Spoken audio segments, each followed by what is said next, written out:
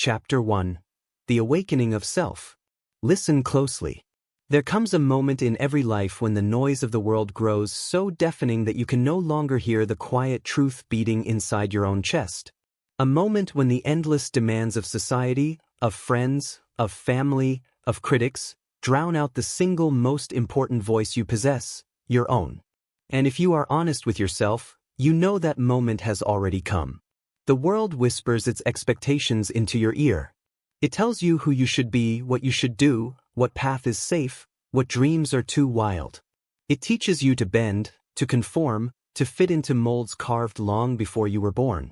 But I ask you, what is the cost of obedience to a dream that is not your own? What is the price of silence when your soul was designed to roar? History does not remember those who blended into the background. It remembers those who dared to listen to their inner fire. Think of Thomas Edison, who spent night after night, hands blistered, eyes red, failing 10,000 times before a single bulb burned with light. The world would have laughed at him, and it did. But he listened not to the laughter. He listened to the voice within that whispered, "Try again." Andrew Carnegie, a boy who came to America with nothing but the clothes on his back, worked as a factory hand 12 hours a day, 6 days a week. No wealth, no connections, no guarantees. Yet he carved his empire because he focused relentlessly on what he could build, not what others said he lacked. Walt Disney was told he lacked imagination. Henry Ford was ridiculed for believing in automobiles when horses ruled the streets. Abraham Lincoln was defeated in election after election, scarred by failure, humbled by loss, yet destined to carve his name into the stone of history, not because he was shielded from the storm, but because he walked through it with focus, with vision, with unshakable resolve. What do these lives teach us? That success is not inherited. It is not handed down by fate. It is not the applause of others that grants it. Success is born when you dare to focus on yourself with such intensity that the world has no choice but to notice. But understand this. Focusing on yourself does not mean selfishness. It does not mean shutting out the world in arrogance or chasing hollow pleasures. To focus on yourself is to recognize that you are the foundation upon which every dream, every vision, every achievement must be built. If the foundation is weak, the structure will collapse. If the mind is scattered, the work will crumble. If the spirit is unfocused, even the brightest dream will wither. So I tell you now, you must awaken to yourself. Awaken to the truth that you hold the raw material of greatness within you. Stop searching for permission. Stop waiting for the world to validate what you already know deep down, that you were born to create, to conquer, to rise. Do you remember the first time you felt a dream flicker inside you? The first time an idea, a vision, a possibility pulled you out of the ordinary and whispered, "This could be you?" That spark was not an accident. That spark was your inner compass, your higher self calling you forward. Yet most people smother it under the weight of doubt, under the chains of fear, under the endless noise of distractions. Not you. Not anymore. The awakening begins when you decide here and now that your life will no longer be a reflection of the world's noise, but a reflection of your deepest truth. That you will no longer chase every shadow of approval, but will build from within, brick by brick, the temple of your own destiny. Do not misunderstand me. This road is not gentle. To focus on yourself until you win means war. A war against the easy path. A war against the excuses that have shackled you. A war against the weakness that has whispered lies into your ear for years. But wars, though brutal, reveal the strength of the warrior. And in this war, you will discover the depth of your resilience. Every great figure who has walked this earth has faced the same choice. Do I live by the world's script, or do I carve my own? And everyone who chose greatness chose to focus, not on the shifting tides of opinion, not on the applause of the crowd, but on the discipline of the self. This is where you begin. Not with the world. Not with the crowd. Not even with the future. You begin with yourself, your mind, your focus, your vision.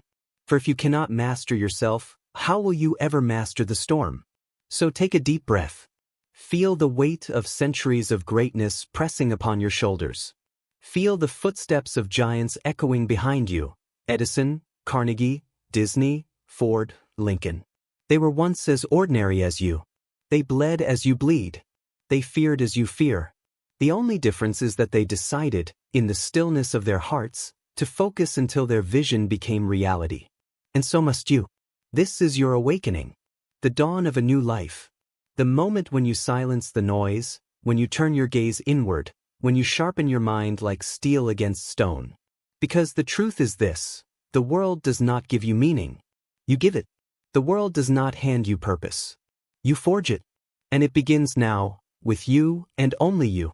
Chapter 2: The Fortress of Mindset. Every empire ever built, every invention ever created, every revolution ever sparked began first as a thought in the mind of someone who refused to accept the world as it was. Before Edison gave light to the world, he imagined it in the silence of his mind. Before Carnegie forged steel empires, he envisioned towers rising out of nothing but possibility. Before Lincoln stood unbroken in the storm of a divided nation, he carried within him the mental strength to endure humiliation, defeat, and loss without surrender. The mind was their first battlefield, their first fortress, their first weapon, and their first sanctuary. Mindset is not a motivational slogan you hang on a wall. It is not a collection of feel-good quotes that lose their meaning the moment struggle arrives. Mindset is the architecture of your inner world, the silent structure of beliefs, principles, and convictions that either hold you steady when the storm comes or collapse like a fragile house of cards at the first sign of difficulty. To build the life you dream of, you must build the fortress of your mindset with deliberate care, stone by stone, until no voice, no criticism, no failure, no defeat can penetrate its walls. Understand this clearly: the mind obeys the master who trains it. If you feed it weakness, it will obey weakness. If you feed it fear, it will obey fear. But if you feed it discipline, clarity, vision, and resilience, it will obey greatness.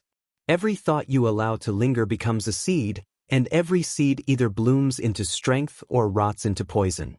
Most people allow weeds of doubt and distraction to grow freely until their entire inner garden is overrun, and then they wonder why their lives are filled with mediocrity. But you must be ruthless with your garden. Pull out every weed of doubt the moment it surfaces. Replace every poisonous thought with a seed of determination. Guard your mind as though it were a kingdom under siege, because it is. The world will try to plant seeds of limitation inside you. It will tell you that you are not ready, not capable, not worthy. It will tell you that your dream is too far, too heavy, too impossible. These are not truths. They are weapons of mediocrity, designed to keep you in chains. Every man and woman who has achieved something extraordinary has had to wrestle with these voices. Henry Ford was told the automobile was absurd, that no one would ever trade horses for machines. The Wright brothers were ridiculed for believing human flight was possible. Even Einstein was mocked for his theories before they were proven to reshape physics itself. If they had surrendered their mindset to the voices of doubt, the world would still be dark, silent, and blind to the skies. Mindset is the lens through which you see reality. Two people can face the same storm. One sees only destruction, the other sees the chance to rebuild stronger than before. One sees failure as the end, the other sees it as the teacher that carves wisdom into their bones. One sees obstacles as walls, the other sees them as stairs to climb. The storm does not decide your destiny. The mindset with which you face it does. Do not think for a moment that mindset is inherited. It is not the privilege of the wealthy, nor the gift of the lucky. It is built. It is forged in the fire of daily choices, hammered into shape by discipline, carved into existence by the refusal to surrender. When Andrew Carnegie was working as a boy in a cotton factory, breathing dust 12 hours a day for a handful of coins, no one would have predicted he would become one of the richest men in the world. His environment screamed poverty, yet his mindset whispered wealth. His reality was limitation, yet his mind focused on expansion. And because his mind lived in a future greater than his present bent itself to follow.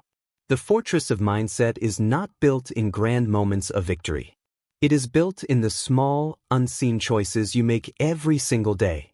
When you choose to wake up early rather than sleep through your purpose. When you choose to study instead of waste time in distraction.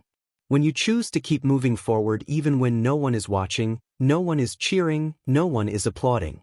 The fortress is built in silence, in sweat, in sacrifice. And when the day comes that the storm arrives, you will not need to panic, because you will already be fortified within. Do not underestimate the power of the mind. Entire empires have fallen not because of the strength of their enemies, but because of the weakness of their leaders' minds. Entire lives have crumbled not because of lack of opportunity, but because the individual lacked the mindset to recognize opportunity when it knocked. On the other hand, lives have been transformed, generations uplifted, and legacies born because one person dared to master the one thing no one else could touch, their own mind. So I tell you this, before you chase wealth, before you chase recognition, before you chase any goal in the outside world, master the inner world. Build your fortress. Train your mind until it becomes an ally instead of an enemy, until it carries you through failure instead of abandoning you to despair, until it believes in your future with such conviction that reality itself has no choice but to catch up. Because the truth is simple, no man can rise higher than his mindset. No empire can outlast the vision of its creator. No dream can live if the mind that carries it collapses under doubt. Mindset is not just part of success, it is the soil from which success grows. Guard it, strengthen it, and expand it until it becomes unshakable. And when that fortress stands strong, the world will bend to its walls, not the other way around. Chapter 3. The Fire of Belief. Before the first stone of a cathedral is placed, the architect must first believe that it can stand. Before a general rallies his soldiers into battle, he must first believe that victory can be won. Before any man or woman steps onto the stage of greatness, they must carry inside them a conviction that refuses to bend, break, or be stolen by doubt. That conviction is belief, not shallow hope, not blind optimism, but an unshakable trust in the vision you have chosen for yourself. Belief is not fragile. True belief does not flutter in the wind of opinion, nor collapse under the weight of criticism. Belief is the steel frame upon which every empire, invention, and revolution has been built. It is the unseen current that drives humanity forward, the invisible thread that pulls us toward what others call impossible. Without it, your hands may work, your body may move, but your spirit will wither, for belief is the furnace that fuels persistence when nothing else remains. Think of Thomas Edison in his laboratory, surrounded by broken glass, scorched filaments, and endless nights of failed experiments. A man who failed 10,000 times before success was born. Did he not feel exhaustion? Did he not feel ridicule pressing against him from the world? He did. But his belief was greater than his doubt. It was belief that whispered to him in the silence, "The light is possible, keep going." And because he believed, the world was illuminated. Consider Abraham Lincoln, defeated in elections again and again, mocked for his appearance, doubted for his ability, scarred by depression and personal tragedy. Most men would have surrendered, buried their ambitions, and lived a quiet life of compromise. But belief carried Lincoln through the valley of humiliation, and it was belief that gave him the courage to hold a divided nation together when it seemed destined to break apart. Without belief, the United States as you know it might never have survived. Look at Walt Disney, a man who was told he lacked imagination, who lost jobs, who went bankrupt, who faced rejection after rejection when pitching his dreams. Yet he believed, not in the world as it was, but in the world as it could be. He saw castles where others saw swamps, kingdoms where others saw empty land, stories where others saw ink on paper. Today, his creations shape childhoods across the globe, not because the world believed in him, but because he believed in himself when no one else did. Belief is the soil in which the seeds of vision grow. Without belief, a vision is nothing but a daydream, a cloud floating across the sky, beautiful to look at, but gone with the wind. With belief, vision hardens into something immovable, something eternal, something capable of bending reality to its shape. Belief turns dreams into blueprints and blueprints into monuments. But belief is not something that arrives fully formed. It must be cultivated. It must be chosen daily, deliberately, especially when your present reality mocks you, when your circumstances whisper lies, when your failures shout louder than your progress. The wealthy factory owners mocked Andrew Carnegie when he was just a poor boy working 12-hour shifts for scraps of pay. They could not see the fire of belief burning inside him. He believed in growth, in knowledge, in the power of steel. And because his belief was relentless, he did not remain a factory boy. He rose to command an empire. Belief is not passive. It is not the soft voice that says, "I hope things get better." It is the roaring declaration that says, "I will make them better." It is not waiting for the stars to align. It is forging your own constellation in the night sky. It is not sitting in silence hoping for opportunity. It is hammering opportunity into existence with blood and sweat. Understand this. Belief is contagious. When a leader truly believes, others follow. When a creator truly believes, others invest. When a warrior truly believes, others find courage. But belief must first be born in solitude, in the secret chambers of your own mind, before it spreads like fire through the world. The Wright brothers did not have the belief of the crowd when they built their fragile machine of wood and cloth. The world laughed at them, called them foolish dreamers. Yet their belief carried them skyward, and once they rose, the entire world was forced to believe too. There will be days when belief feels like a candle in a hurricane, flickering, fragile, on the edge of vanishing. Those are the days you must guard it with everything you have. Protect it like a flame in your hands, shielding it from the winds of doubt, until you find shelter strong enough to let it grow again. Because if you let that flame die, all else will die with it. But if you keep it alive, even when it seems impossibly small, it will grow into a fire that no storm can extinguish. Belief is not just about faith in outcomes, it is about faith in yourself. Faith that you will endure. Faith that you will learn. Faith that you will rise again even after being struck down. Faith that no matter how dark the night, you will find the dawn. Too many people wait for proof before they believe. They want to see success before they trust it is possible. But greatness does not work this way. Belief comes first, proof comes later. You must believe while you are still walking through shadows, while the world still doubts, while the results have not yet appeared. When Henry Ford said he would make a car affordable enough for the common man, the world scoffed. Automobiles were toys for the wealthy, impractical luxuries. But Ford believed. He believed in mass production, in efficiency, in a vision that seemed absurd to his critics. That belief gave him the courage to persist through ridicule, setbacks, and resistance. And today, the automobile is no longer a luxury, it is a cornerstone of modern life. Belief is the invisible currency of success. It cannot be measured, it cannot be bought, it cannot be faked. But those who have it, truly have it, are unstoppable. Because while skill can be taught, while knowledge can be transferred, while resources can be acquired, belief must come from within. It is the one thing no one can give you, and the one thing no one can take away, unless you surrender it. So what do you believe? Not what do you wish for, not what do you hope for, but what do you truly, unshakably, without compromise, believe? Do you believe in your strength when you have failed? Do you believe in your vision when no one applauds? Do you believe in your destiny even when your present mocks you? That belief will determine everything. Every day, you must water the soil of belief. Feed it with discipline, with gratitude, with courage. Defend it against fear, against comparison, against the lies of a world that tells you to shrink. And one day, when the world looks at you in disbelief, when they wonder how you kept going, you will know the truth. They will only see the monument you built, but you will know it was belief that laid the first stone. Because in the end, it is not talent that moves mountains. It is not luck that bends history.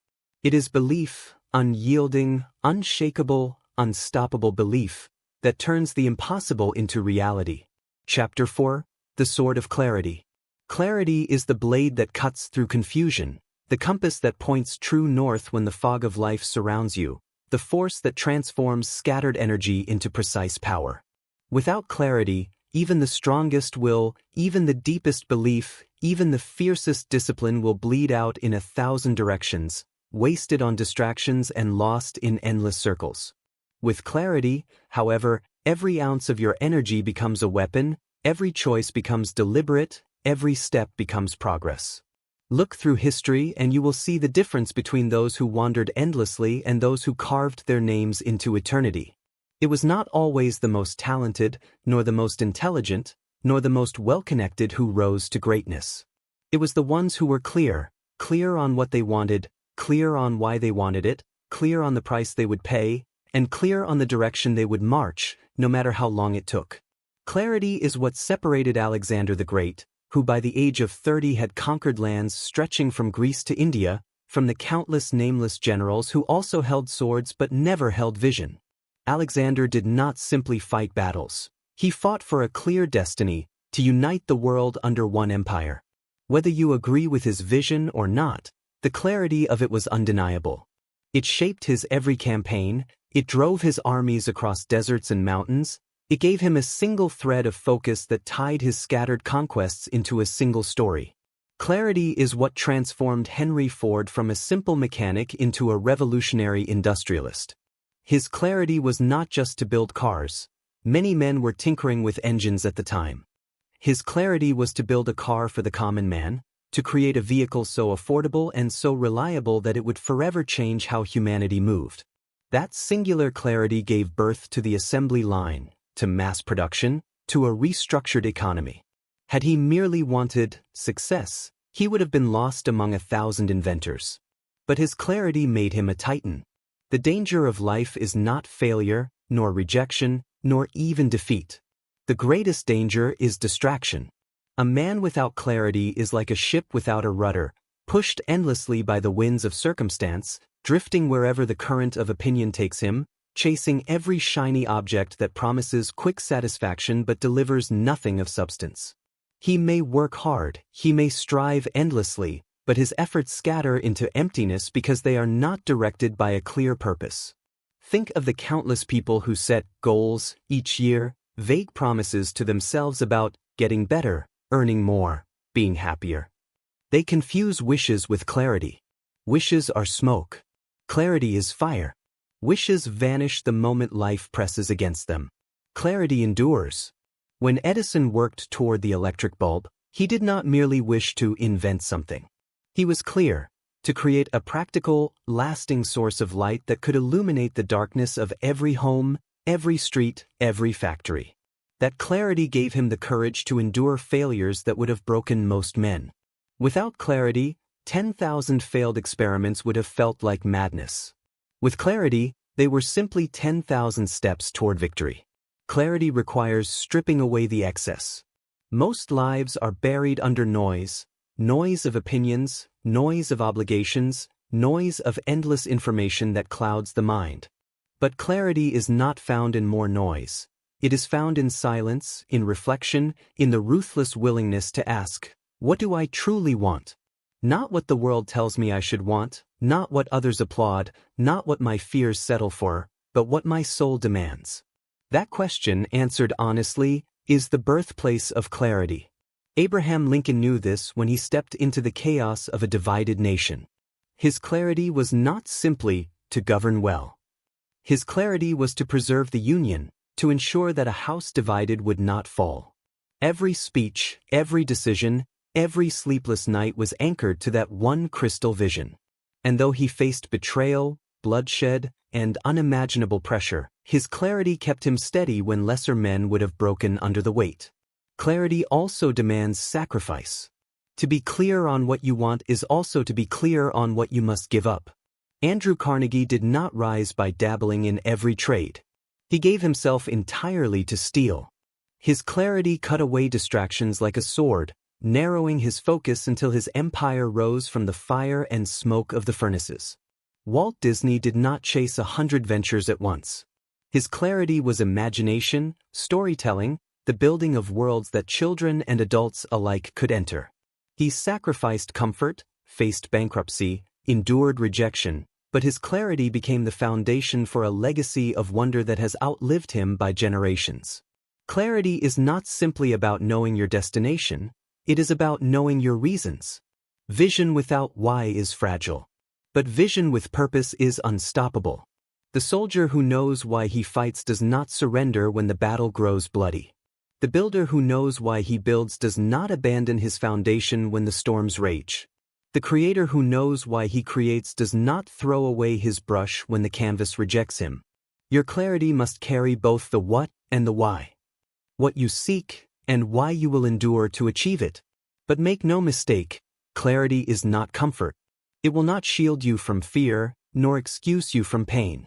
It will, however, give you a reason to bear both.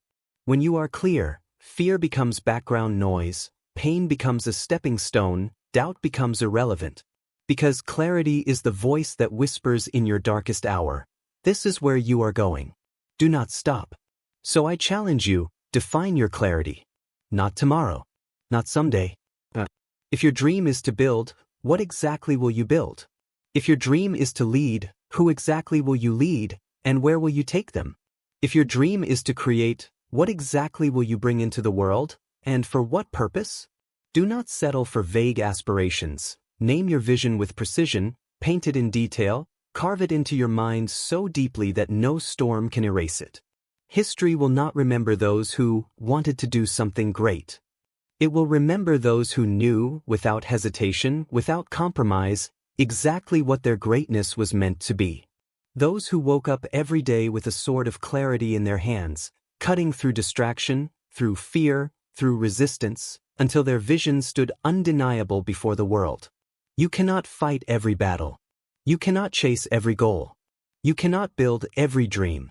But with clarity, you can fight the right battle, chase the right goal, and build the dream that was meant to be yours. That is the sword that carves destiny.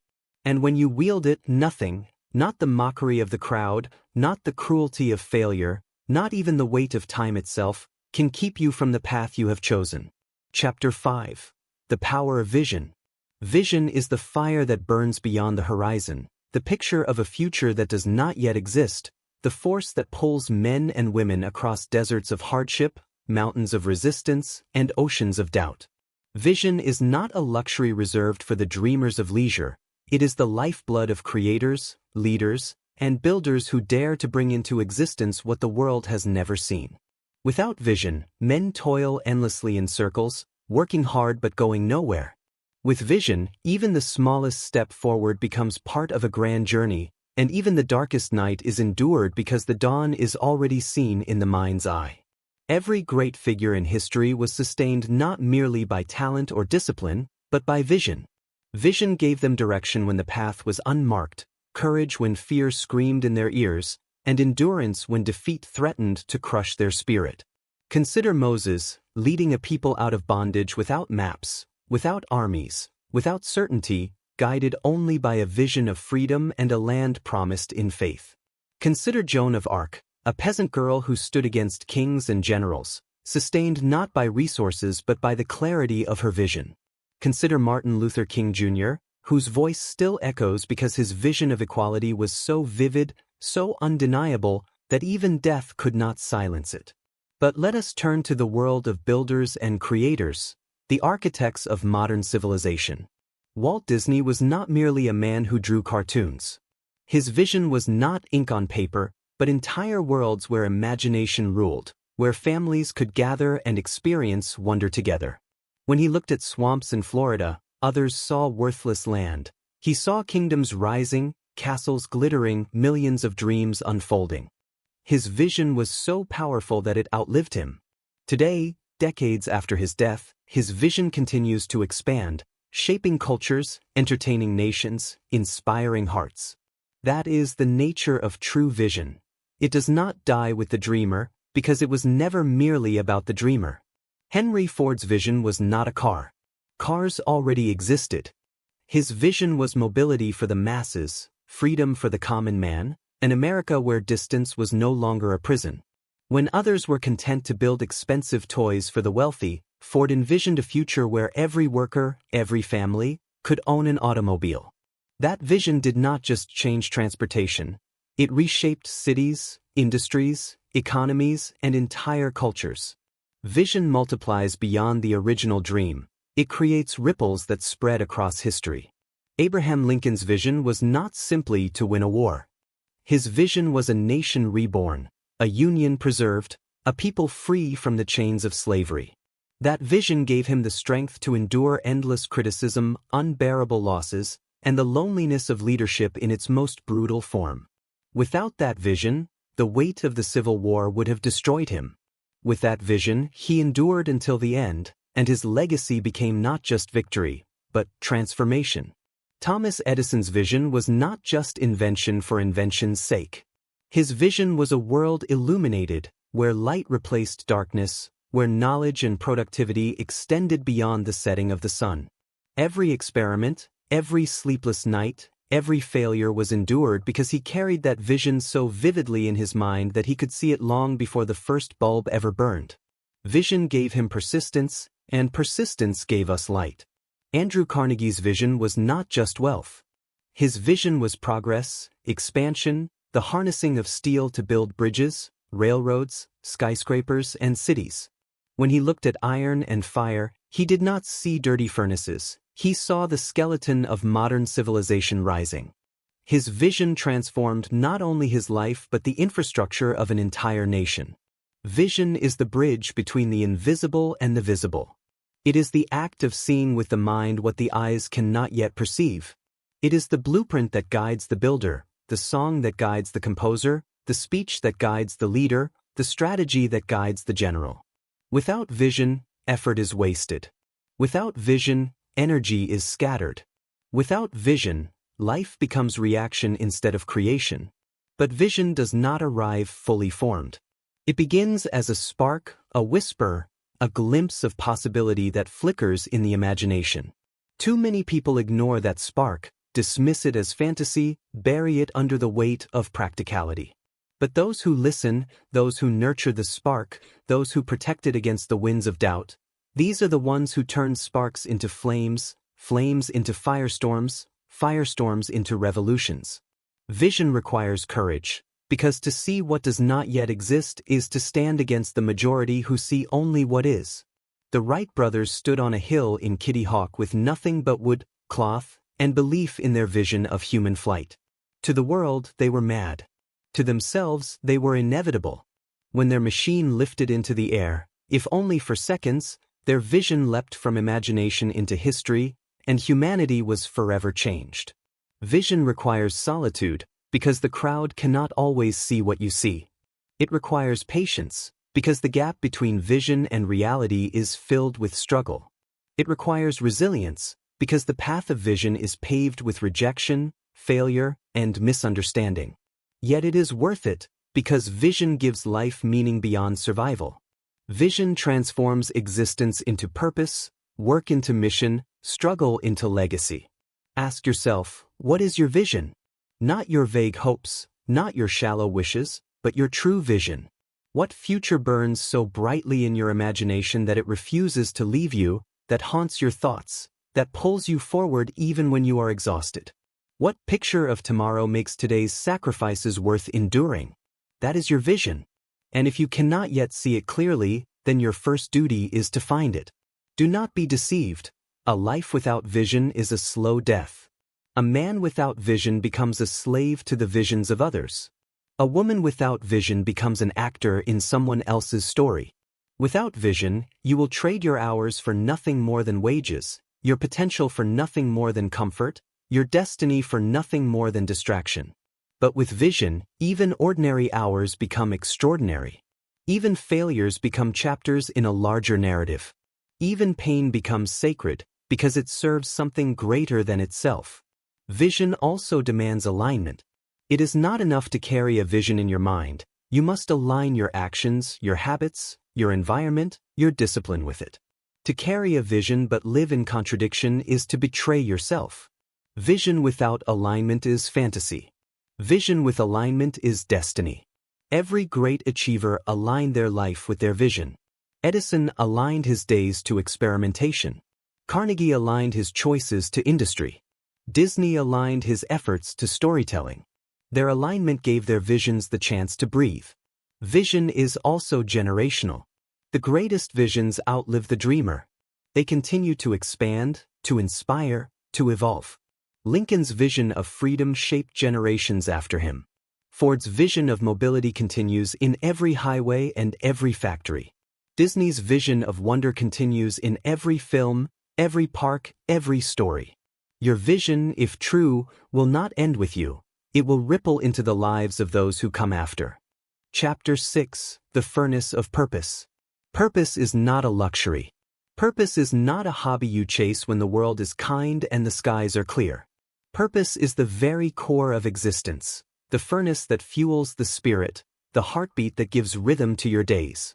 Without purpose, even wealth turns to dust in your hands. Without purpose, power becomes poison. Without purpose, success becomes an empty echo that fades into silence. But with purpose, even the smallest life becomes monumental, even the hardest struggle becomes meaningful, and even death itself cannot erase the mark you leave on this earth. Look back through the corridors of history and you will see that the men and women who changed the course of humanity were not driven merely by ambition or greed, they were driven by purpose. They carried within them a fire so fierce that it consumed their fears, their doubts, their fatigue, their loneliness. They did not move for applause, though applause came. They did not move for riches, though riches followed. They moved because they could not do otherwise. Purpose compelled them, chained them, commanded them forward, even when reason screamed to turn back. Abraham Lincoln's purpose was not simply to lead a nation, it was to preserve it. He stood at the helm of a fractured America, surrounded by voices that urged compromise, surrender, or retreat. But his purpose was clear. A union must endure, freedom must prevail, the soul of a nation must be saved. That purpose gave him the strength to endure humiliation, personal tragedy, and the unbearable burden of leading a divided people. He was not carried by comfort, nor by popularity, but by the immovable weight of purpose. And because of it, a country was preserved, and his name etched itself into eternity. Thomas Edison's purpose was not fame, nor wealth, nor recognition. His purpose was progress. His purpose was to take humanity by the hand and drag it, step by step, out of darkness into light. His purpose kept him awake through endless nights, kept him hammering through 10,000 failures, kept him steady when ridicule mocked his efforts. Without purpose, he would have surrendered long before the first light bulb flickered into existence. With purpose, he endured until the impossible bent to his will. Walt Disney's purpose was not simply entertainment. His purpose was wonder. His purpose was to remind the world that imagination is not a child's game but a human necessity, that dreams are not escapes from reality but the tools with which we reshape it. His purpose gave birth to stories that outlived him, castles that stand as monuments to imagination, and worlds that continue to inspire millions long after his death. He did not live for applause. He lived to serve his purpose. Henry Ford's purpose was not merely wealth. His purpose was transformation. He wanted to give the common man the power of movement, the dignity of independence, the freedom of mobility. His purpose took him beyond the ridicule of critics and the skepticism of bankers.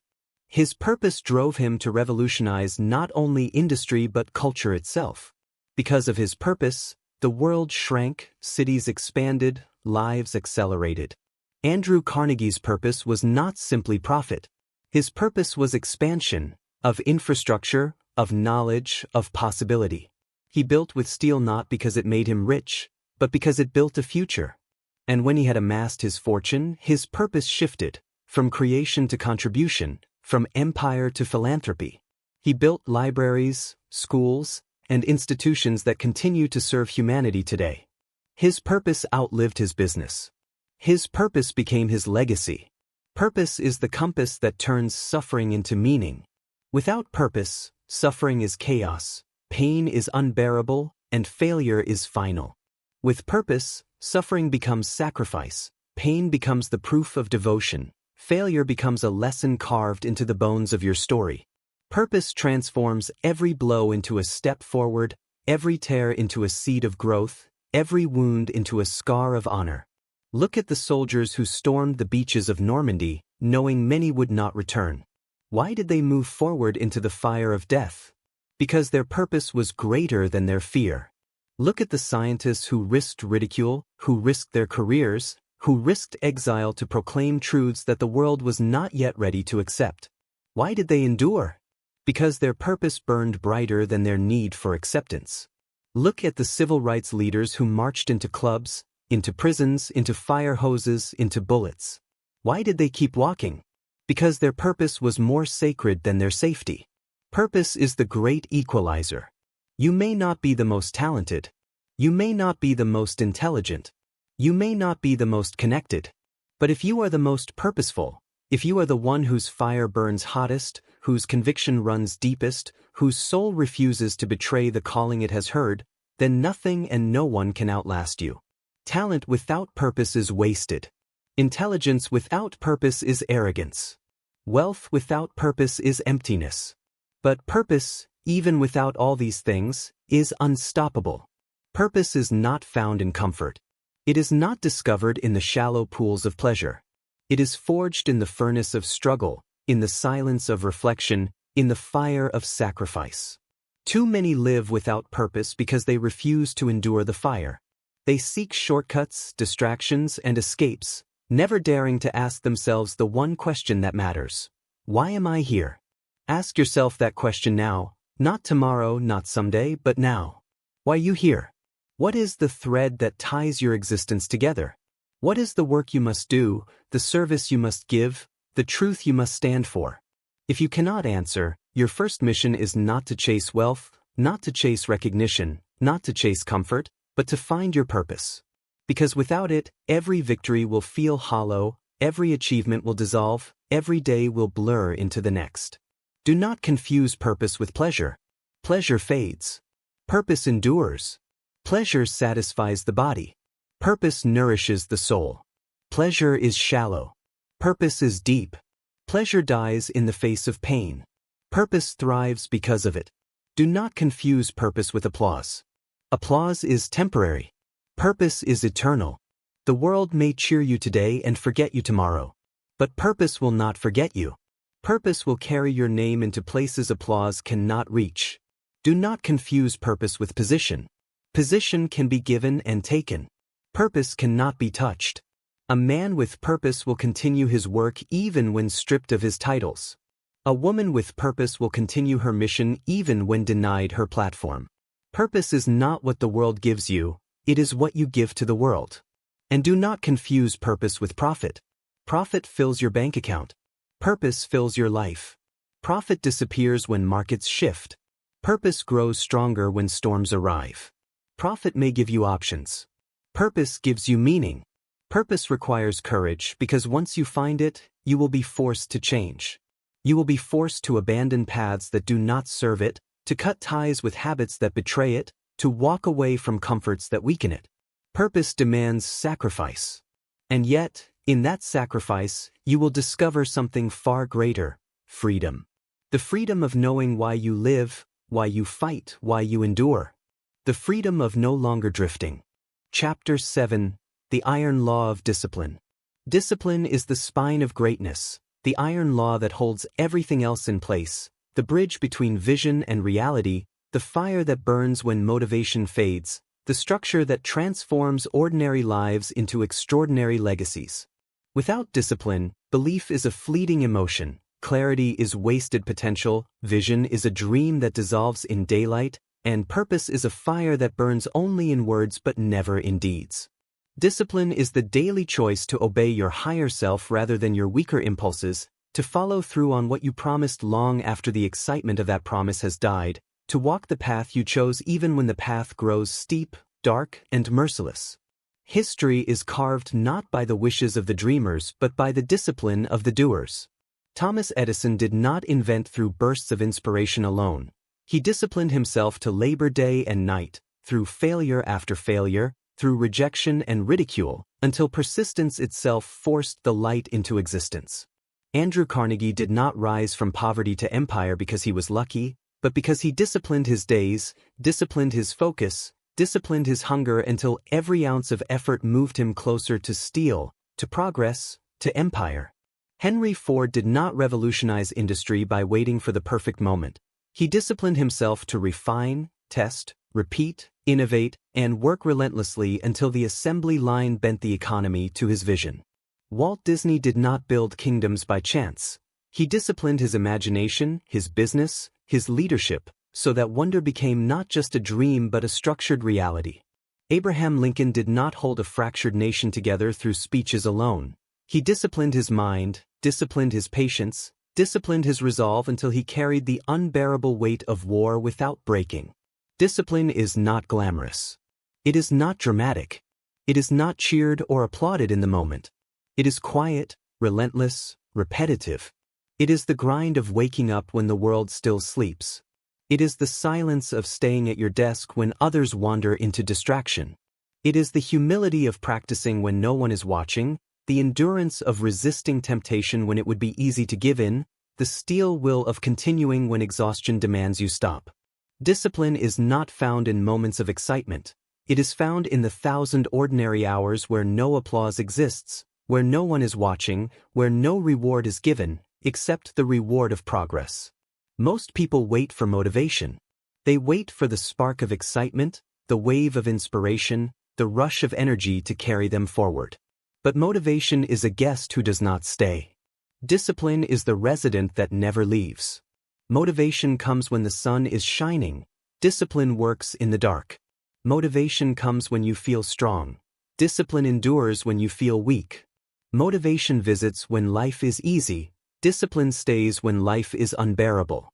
Those who build their lives on motivation will collapse as soon as it fades. Those who build their lives on discipline will endure storms that destroy others. Discipline is the refusal to negotiate with weakness. It is the iron decision to obey principle, not mood. When the alarm rings, discipline rises. When fatigue whispers, discipline answers. When distraction tempts, discipline resists. When fear threatens, discipline stands. Discipline is the voice within that says, I do not care what you feel, I care what you decided. Think of the Roman legions, whose discipline made them nearly invincible. They did not rely on passion, nor on fleeting courage. Their discipline forged order, structure, precision. With it, they built an empire that shaped history for centuries. Passion alone would have burned out. Discipline endured. Think of the samurai, whose discipline of mind, body, and spirit transformed them into more than warriors. They became symbols of honor itself. Think of monks who wake before dawn, who pray, who study, who meditate, who labor, not because it feels good, but because discipline has become their essence. Across cultures, across centuries, discipline is the constant thread that binds greatness together. Discipline is sacrifice. To build anything worthy, you must sacrifice the comfort of the present for the glory of the future. Edison sacrificed rest. Carnegie sacrificed leisure. Ford sacrificed ease. Disney sacrificed security. Lincoln sacrificed peace. The disciplined life is not easy, but neither is mediocrity. The difference is that mediocrity sacrifices purpose, meaning, and greatness, while discipline sacrifices laziness, distraction, and weakness. One sacrifices upward, the other downward. The disciplined man pays now and reaps later. The undisciplined man indulges now and pays forever. Discipline is freedom. The paradox is that the man who appears strict with himself, who seems to live in chains of habit, is the freest of all. Because his discipline has liberated him from slavery to impulses, from addiction to distraction, from chains of weakness. The man who cannot control himself is not free, no matter how much liberty he claims. The man who can command himself is free, even in the harshest prison. Discipline is not chains, it is wings. Without it, you are shackled to moods and whims. With it, you are released to pursue the highest peaks. Discipline is identity. Every time you act in discipline, you carve a line into the stone of who you are. You are no longer merely a man or woman with dreams. You become a builder, a warrior, a creator. Discipline transforms intention into character. It rewires your brain, reshapes your habits, redefines your very sense of self. You cease to say, I want to be disciplined, and instead you declare, I am disciplined. That shift changes everything. Discipline is contagious. A leader disciplined in vision inspires armies to follow. A teacher disciplined in preparation awakens minds to learn. A parent disciplined in love and consistency shapes children who carry strength into their own lives. Discipline spreads. But so does indiscipline. A leader without discipline corrupts his followers. A worker without discipline burdens his peers. A man without discipline decays his own family. Discipline is not only personal, it is generational. Discipline is brutal honesty with yourself. It does not allow excuses, it does not allow delays, it does not allow compromise. Excuses are poison, discipline spits them out. Excuses whisper, "I will do it tomorrow." Discipline says if it matters, it will be done today. Excuses plead, "I am too tired." Discipline answers, "You are tired because you are weak, so rise and grow strong." Excuses whimper, "No one will notice." Discipline replies, "I notice." And that is enough. Discipline is resistance. The world today drowns in distraction, in endless noise designed to steal your time, your energy, your focus. The undisciplined man is a slave to his device, to his appetite, to his whims. The disciplined man resists, guards his time, masters his habits. He does not drift. He does not waste. He does not surrender to every passing impulse. He stands firm, rooted like an oak in a storm. Discipline is patience. It understands that greatness is not built in a day, nor a year, nor even a decade. It is built in compounding effort, day after day, year after year. The undisciplined man wants results now, so he quits when they do not come. The disciplined man builds patiently, knowing that time is his ally. Carnegie did not build his empire in a week. Disney did not see Disneyland rise overnight. Edison did not invent light in a single experiment. They endured, they built, they waited, because discipline teaches that time bends to those who persist. Discipline is power. A disciplined man with moderate talent will surpass a gifted man without it. A disciplined company will outlast a brilliant idea that lacks execution. A disciplined nation will rise above a chaotic one, even if resources are scarce. Discipline multiplies everything it touches. So I tell you now, do not chase the illusion of motivation. Chase discipline. Build routines that carry you when moods collapse. Build habits that pull you forward when strength fails. Build systems that outlast feelings. Teach your body to obey your mind. Teach your mind to obey your principles. Let discipline be your master until you no longer need a master, because discipline has become who you are. When the world sees you rise, when they marvel at your resilience, when they whisper about your strength, they will not see the countless nights of repetition, the hours of sacrifice, the moments of resistance. They will see only the mountain you built. But you will know the truth. It was not luck, not genius, not chance. It was discipline. Discipline is the iron law of greatness. Without it, nothing stands. With it, nothing falls. Chapter 8: The Dominion of Action. Action is the final judge.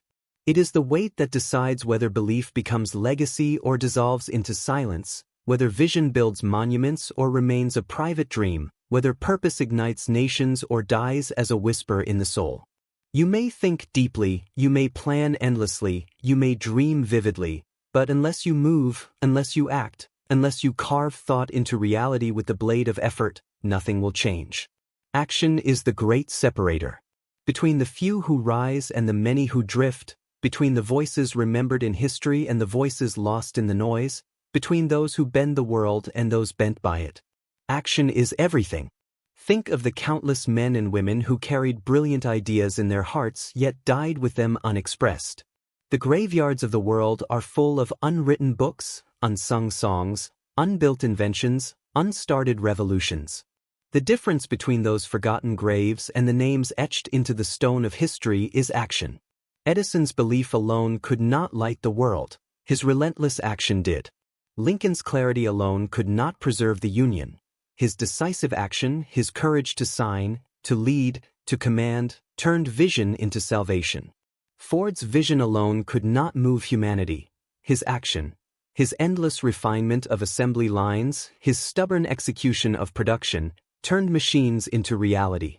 Disney's imagination alone could not build castles. His daily, disciplined action took stories from sketches into worlds. Carnegie's ambition alone could not forge steel empires. His sleepless action in factories, in deals, in strategy, built the skeleton of modern civilization. Action is the translation of spirit into matter. Without it, the highest thought remains only vapor. With it, even the simplest thought can change the course of humanity. The wheel, the plow, the printing press, the engine, the computer, each was born not merely of thought but of action. Millions may have imagined, but only those who acted are remembered. Action is courage. For to act is to risk failure, to step into the arena where applause may never come, where ridicule may echo louder than praise, where defeat may wound deeper than victory rewards. That is why most people remain spectators in the game of life. They sit in the stands of comfort, analyzing, criticizing, imagining, but never acting. The world remembers the players, not the spectators. The world remembers those who stepped onto the battlefield, bloody, bruised, but unafraid to risk everything in pursuit of something greater. Action is messy. It is not the clean elegance of theory, nor the perfect symmetry of plans. Action is trial and error, success and failure, progress and setback. Action is falling 100 times and rising 101. Edison acted 10,000 times before one experiment worked. Each failure was not a loss but a step, not an ending but a refinement. Those who wait for perfection before acting never act at all. Those who demand certainty before stepping never step at all. The man of action knows that clarity is born in movement, that progress is carved in motion, that destiny reveals itself to those who move forward even when the path is unclear. Action is discipline in motion. It is the outward manifestation of inner strength. Without action, discipline is wasted energy, stored power that never strikes. But when action joins discipline, mountains fall, empires rise, worlds change. Consider Alexander the Great. His vision of conquest was vast, but it was his relentless action, marching armies across deserts, building cities, forging alliances, that transformed vision into empire. He acted so decisively, so swiftly, that the world was forced to reshape itself in his wake. Action is proof. It is the evidence that belief is not illusion, that vision is not fantasy, that purpose is not rhetoric. When you act, you prove, to yourself, to the world, to history, that you are not merely a dreamer, but a doer. Words speak. Action roars. Words promise. Action delivers. Words fade. Action endures. Action is urgency. Time is the enemy of the passive. Every day you wait, your fire grows dimmer, your resolve weaker, your opportunity smaller. The future does not belong to those who hesitate, it belongs to those who act. The Wright brothers did not wait for universities to validate their dream. They acted, built, tested, failed, rebuilt. Their wings rose because their hands moved. Had they waited for the perfect conditions, humanity might still be bound to the ground. Action is momentum. The first step is the heaviest, but once taken, it pulls the next and the next and the next. Small acts compound into great victories. A page written becomes a book. A brick laid becomes a fortress. A decision taken becomes a revolution. Do not despise small actions. They are the seeds of destiny. Lincoln's small beginnings in local politics, Ford's first failed companies, Disney's first short cartoons. They were humble, fragile actions, but they set momentum that eventually changed the world. Action requires resilience, for no battle is won in a single strike. You will be resisted. You will be mocked. You will be doubted. You will fail. But the man of action rises again and again until the wall crumbles, until the critics fall silent, until the impossible yields. Resilience is not passive endurance. It is action renewed after defeat, motion reborn after collapse, progress demanded after rejection. Action is focus. To act without direction is chaos. To act with clarity is conquest. The disciplined man of action does not scatter his efforts into 1,000 meaningless tasks. He chooses the few actions that matter most and executes them relentlessly. Carnegie did not build every business, he built steel. Ford did not chase every invention, he built the car. Disney did not create every product, he built imagination. Focused action multiplies. Scattered action vanishes. Action is adaptation. The battlefield of life shifts constantly. Plans shatter. Circumstances change. Action is not rigidity, it is motion that adjusts, pivots, evolves. The Wright brothers adjusted their designs. Edison adjusted his experiments. Lincoln adjusted his strategies. Ford adjusted his processes. Action is not stubborn repetition, it is persistence refined by adaptation. The man who acts adapts. The man who waits becomes obsolete. Action is sacrifice. To act on what matters, you must refuse what does not. Every yes to your vision is a no to distraction, to comfort, to ease. Discipline is choosing in thought. Action is choosing in deed. Every hour spent on your craft is an hour stolen from indulgence. Every step toward greatness is a step away from mediocrity. Sacrifice is not loss, it is investment. The man who sacrifices leisure for action will one day enjoy freedom that the passive never know. Action is transformation. When you act, you change, not only your circumstances but yourself. Each step forward reshapes your identity, hardens your resolve, awakens your strength. The first time you act, you doubt. The 10th time you trust. The 100th time, you know. Action does not only build the future, it builds you into the kind of person who deserves that future. Chapter 9. The Majesty of Gratitude. Gratitude is not a soft whisper spoken at dinner tables, nor a polite courtesy uttered when life is kind. Gratitude is a force, a weapon, a discipline, a majesty of the human spirit that transforms weakness into strength, scarcity into abundance, despair into hope. Gratitude is the lens through which warriors see meaning in suffering, leaders find calm in chaos, creators discover fuel in rejection.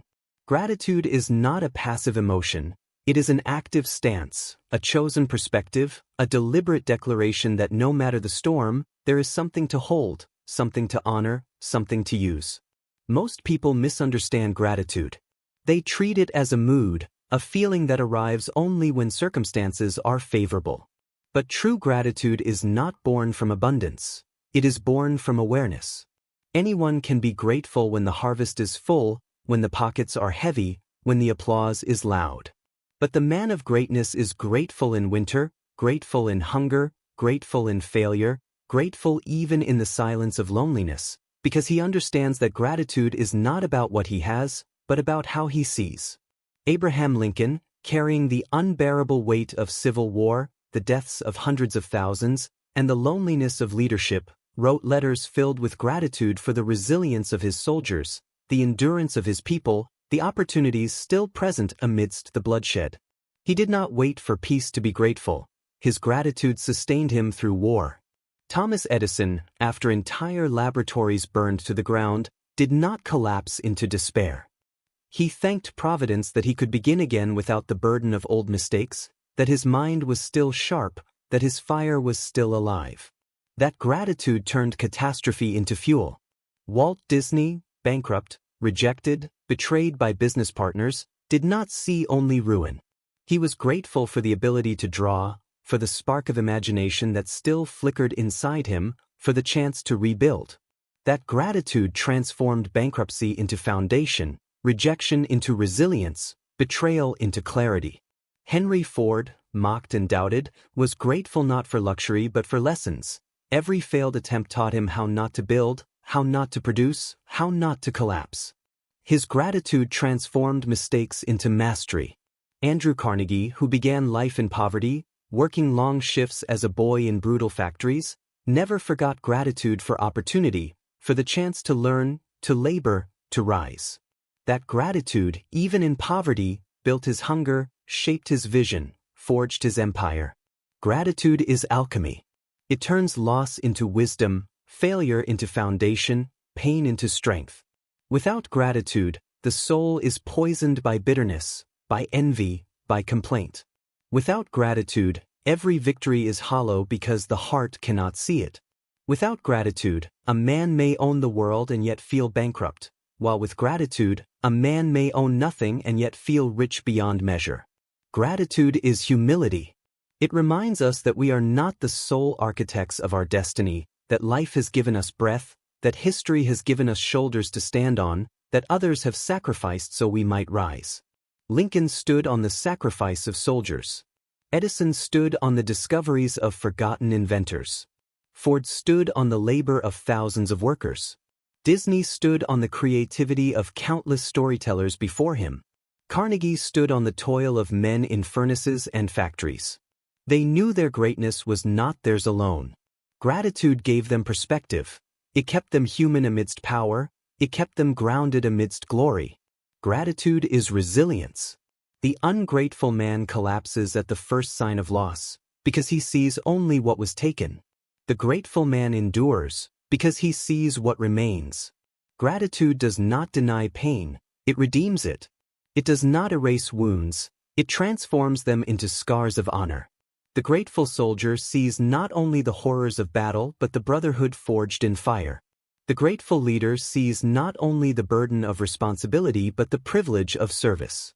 The grateful creator sees not only the failures of rejection but the gift of expression itself. Gratitude is abundance.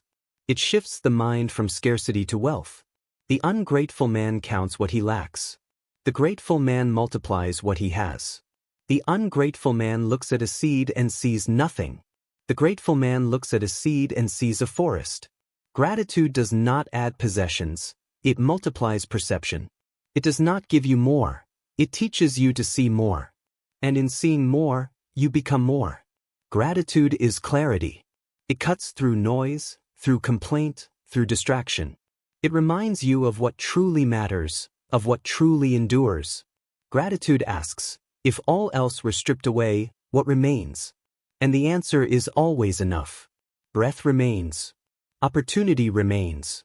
The chance to act remains. Gratitude anchors you to the essentials so you can rise above the trivial. Gratitude is strength. Weakness complains. Strength gives thanks. Weakness envies. Strength honors. Weakness blames. Strength acknowledges. Gratitude is the language of the strong because it requires perspective, discipline, humility, resilience. Anyone can curse in darkness. The strong give thanks for the stars. Gratitude is vision. It allows you to see beyond the immediate. The man who is grateful in failure sees the success it will one day produce. The man who is grateful in loss sees the gain it will one day create. The man who is grateful in pain sees the strength it is forging. Gratitude connects the present to the future, reminding you that nothing is wasted, that even the darkest soil grows roots that one day bear fruit. Gratitude is leadership. No one follows the bitter, the resentful, the ungrateful. But the leader who carries gratitude in his voice, gratitude in his eyes, gratitude in his actions. He attracts, he inspires, he endures. Lincoln's gratitude bound a nation. King's gratitude for the dream sustained a movement. Leaders who forget gratitude lose their people because they lose the very essence of service. Gratitude is freedom. The man who is ungrateful is chained to desire, always craving more, never satisfied, never content. The man who is grateful is free because he sees wealth in what he has, strength in what he endures, possibility in what he faces. Gratitude is not the denial of ambition, it is the foundation of it. You can strive for more while being grateful for now. You can hunger for greatness while being thankful for growth. Gratitude liberates ambition from greed and grounds it in meaning. Gratitude is action. It is not merely words. It is how you treat others, how you serve, how you give back. Carnegie showed gratitude through philanthropy, building libraries, schools, and institutions that outlasted his empire. Lincoln showed gratitude through service, carrying the burden of leadership even when it broke his body. Edison showed gratitude by continuing to invent, sharing light with the world. Ford showed gratitude by giving freedom to the common man. Disney showed gratitude by creating wonder, giving imagination to children everywhere. Gratitude is proven not in what you say, but in what you give. Gratitude is eternal. Wealth fades. Power dies. Fame disappears. But gratitude remains. It is carried in the lives you touched, the seeds you planted, the love you gave. It outlives you because gratitude is not only received, it is passed forward. One act of gratitude inspires another, and another, and another, until generations are transformed. So I tell you now, Be grateful. Be grateful not only for the harvest but for the seed, not only for the victory but for the struggle, not only for the applause but for the silence that shaped you. Be grateful not only for what is easy but for what is hard, because the hard has forged your strength.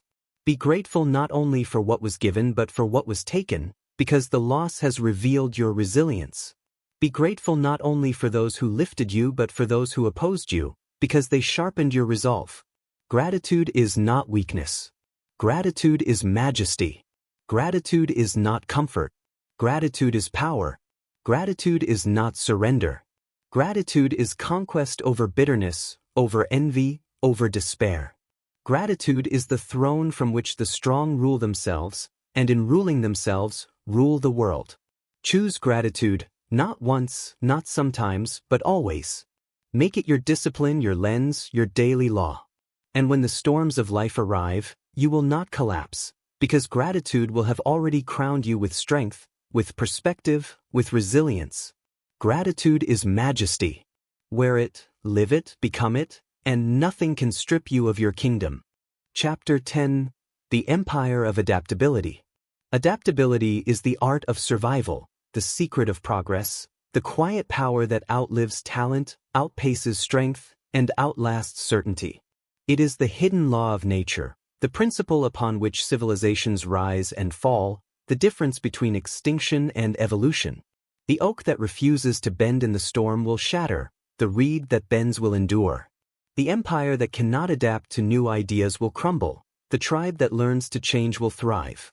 In every age, in every battle, in every revolution, it is not the strongest who endure, nor the fastest, nor even the most intelligent, but those who adapt, who transform, who evolve faster than the forces that oppose them.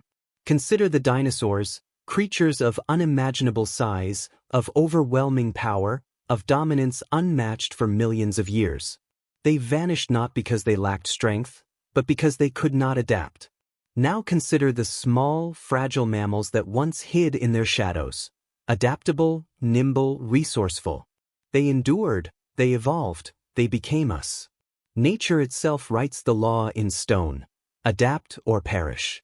History repeats this lesson endlessly. The Roman Empire, once unshakable, collapsed not only from external invasion but from its failure to adapt to internal decay. The Byzantine Empire survived nearly 1,000 years longer than Rome itself, not because it was stronger, but because it adapted, changing strategies, shifting alliances, bending traditions without breaking identity. Nations that adapt endure. Nations that resist the winds of time are broken by them. Look at Abraham Lincoln. He was not born into mastery of politics, nor did he rise through brilliance alone. He was a man forged in failure, in adaptation. He lost elections, suffered ridicule, endured defeats, but each loss became a lesson, each rejection became an adaptation. He transformed from a young, uncertain lawyer into a statesman capable of guiding a nation through civil war. Without adaptability, his failures would have destroyed him. With it, they became his teachers. Look at Thomas Edison. His genius was not merely invention, it was adaptation. Each failed experiment was not final. It was an adjustment, a redirection, a refinement. 10,000 failures were not 10,000 ends. They were 10,000 adaptations. Edison's greatness was not that he avoided failure, but that he adapted faster than it could defeat him. His laboratory was a battlefield of trial and error, his weapon adaptability, his victory the illumination of the world. Look at Henry Ford. He did not invent the car. Others had already done that. His genius was adaptability, taking scattered ideas, crude machines, broken attempts, and adapting them into a system of mass production that transformed economies.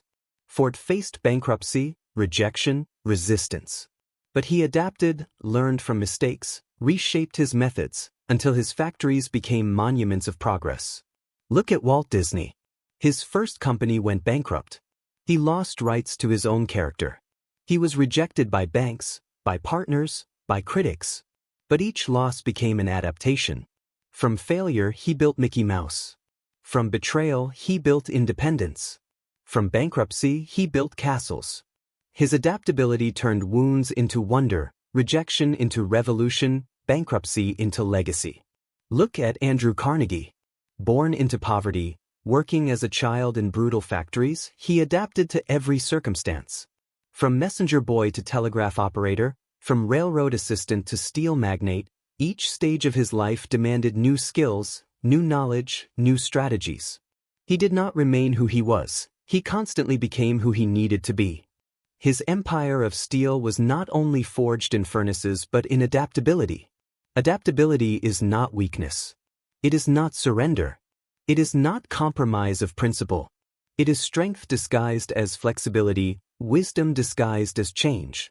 The oak shatters in the storm because it confuses rigidity with strength. The reed survives because it understands that true strength is the ability to endure change without losing essence. Adaptability does not mean betraying who you are. It means evolving into who you must become.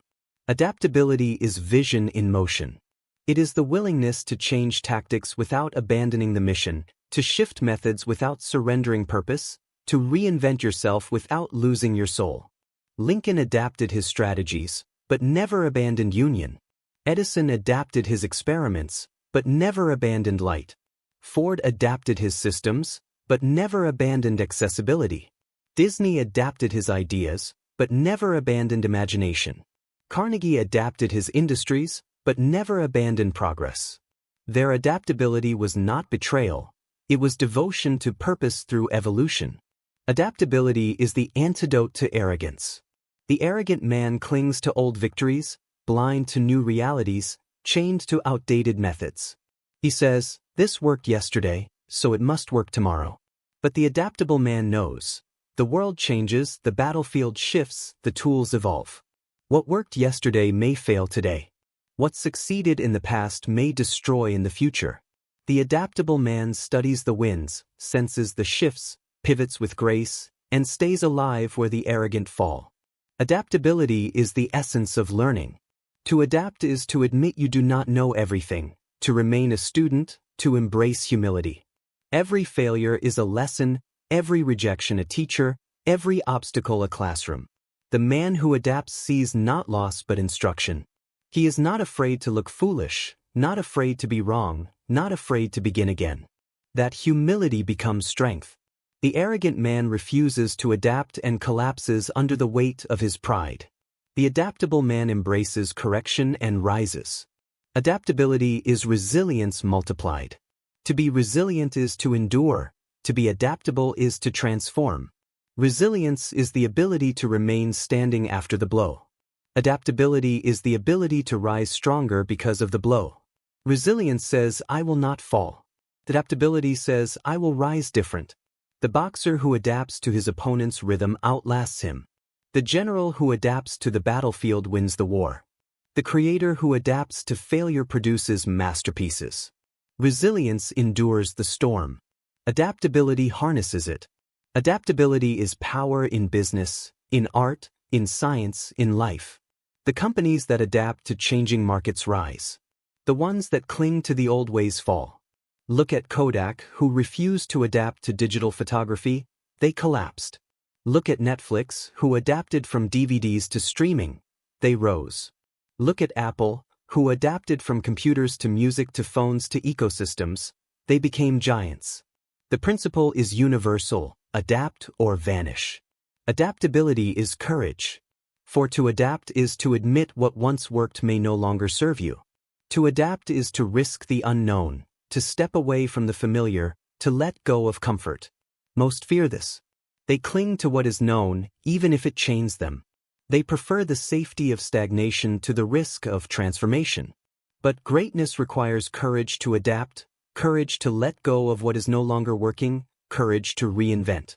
Adaptability is identity reborn. You are not fixed. You are not chained to who you were yesterday. You are not imprisoned by your past. You can adapt. You can change. You can transform. The boy born in poverty can adapt into a man of wealth. The girl silenced by fear can adapt into a woman of strength. The worker in factories can adapt into a builder of empires. Chapter 11. The Immortality of Resilience. Resilience is the soul's armor, the fire that refuses to die when storms rage, the iron thread woven into the spirit that holds a man together when everything else is torn apart. Resilience is not mere survival. It is survival transfigured into strength. It is suffering transformed into wisdom. It is defeat reshaped into defiance. Resilience is the immortal quality of the human spirit, the refusal to break, the refusal to surrender, the refusal to vanish, even when the weight of the world presses with crushing force. When you study the lives of those who bent history, you will not find men and women who lived in comfort, untouched by hardship. You will find individuals who were tested, who were beaten, who were humiliated, who were brought to the edge of despair, and yet they rose. Their greatness was not forged in ease, but in resilience. Their legacy was not carved in victory alone, but in the ability to endure defeat and rise again. Think of Abraham Lincoln.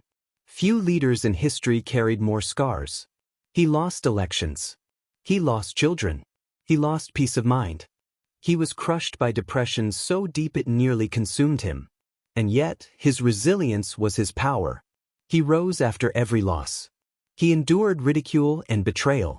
He carried the unbearable burden of a divided nation, a war that bled the country dry, and the loneliness of leadership that could not be shared.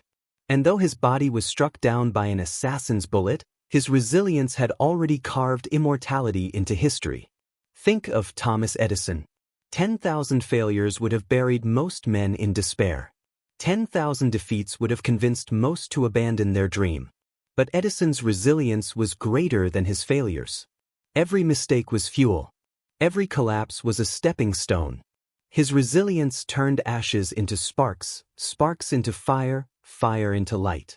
He illuminated the world not because he avoided failure, but because failure could not extinguish him. Think of Walt Disney. Bankruptcy tried to silence him. Betrayal tried to break him. Critics tried to dismiss him. Reality itself tried to crush him. But Disney's resilience was stronger than the walls of poverty, rejection, and ridicule. He rose again and again and again. Each collapse became a foundation. Each setback became a spark. His resilience turned a poor cartoonist into an architect of wonder whose imagination still echoes through generations. Think of Henry Ford. He failed in business multiple times, leaving wreckage and debt behind. He faced ridicule for believing machines could replace horses. But Ford's resilience refused to surrender. He rose from bankruptcy, from mockery, from rejection, and reshaped industry itself. His resilience drove him forward until his name became synonymous with progress. Think of Andrew Carnegie. A child in brutal poverty, working endless shifts in factories, crushed by circumstance.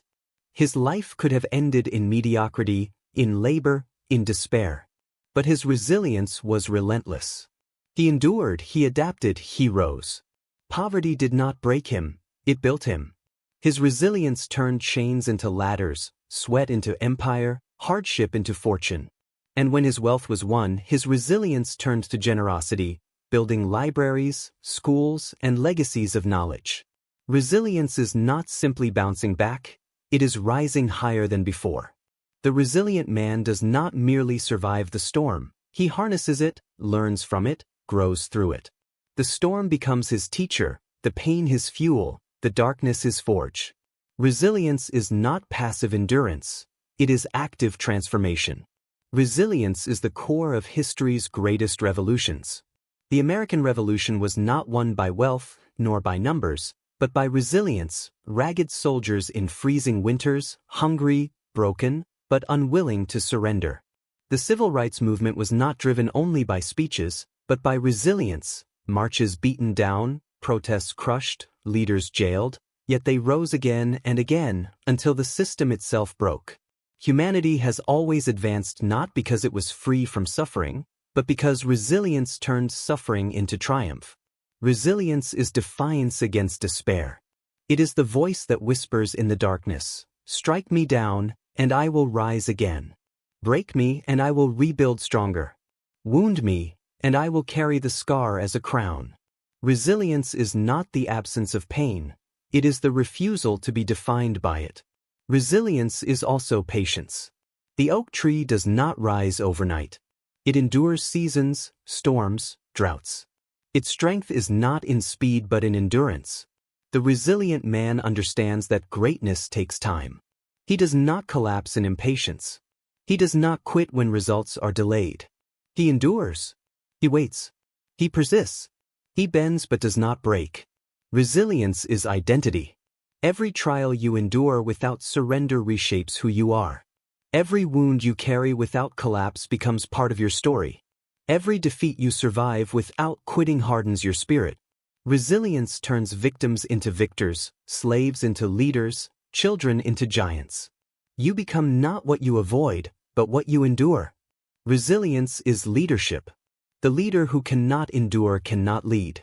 The leader must carry burdens heavier than his own. Lincoln endured depression and loss, yet his resilience held a nation. Churchill endured ridicule and political exile, yet his resilience carried Britain through its darkest hour. Leaders are not followed because they are flawless. They are followed because they endure what others cannot. Resilience is the essence of faith. To believe in tomorrow when today has destroyed you, that is resilience. To walk forward when the ground has collapsed beneath you, that is resilience. To trust that dawn will come even when you are trapped in midnight, that is resilience. Faith and resilience are twins. Faith fuels resilience. Resilience proves faith. Resilience is not inherited. It is built. It is built through pain, through failure, through loss. Every hardship is a chance to strengthen it. Every trial is a chance to grow it. Every fall is a chance to rise. Those who curse their hardships weaken. Those who embrace them build resilience. And resilience, once built, cannot be taken. It becomes part of you, indestructible. Resilience is legacy. The world does not remember those who never fell. It remembers those who fell and rose again.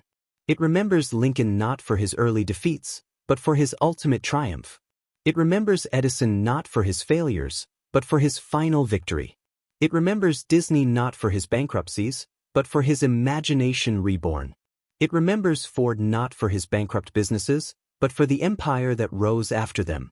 It remembers Carnegie not for his poverty, but for the fortune he forged from it. The legacy of resilience is immortality. So I tell you now, be resilient. When life strikes you, rise. When it mocks you, endure. When it wounds you, transform. When it defeats you, return stronger. Do not measure yourself by the blows you take. Measure yourself by the rises you make. Resilience is immortality. Build it, live it, embody it, and nothing can destroy you. Chapter 12. The Infinite Power of Learning. Learning is the fountain of immortality, the eternal fire that keeps the human spirit alive when strength has faded, when beauty has withered, when wealth has vanished. Learning is not simply education confined to classrooms, nor certificates printed on paper, nor degrees framed on walls. Learning is a way of being, a way of seeing, a way of growing. It is the refusal to allow the mind to stagnate, the soul to rust, the vision to shrink. It is the act of dying and being reborn again and again, each day wiser, each failure transformed, each experience translated into growth. Learning is the difference between those who fade with time and those who evolve beyond it. History bends to the learners. The unteachable fall behind. The arrogant who believe they already know are overtaken by the humble who remain students forever. Greatness belongs not to those who were born knowing, but to those who refuse to stop learning. Thomas Edison was not born with knowledge of electricity.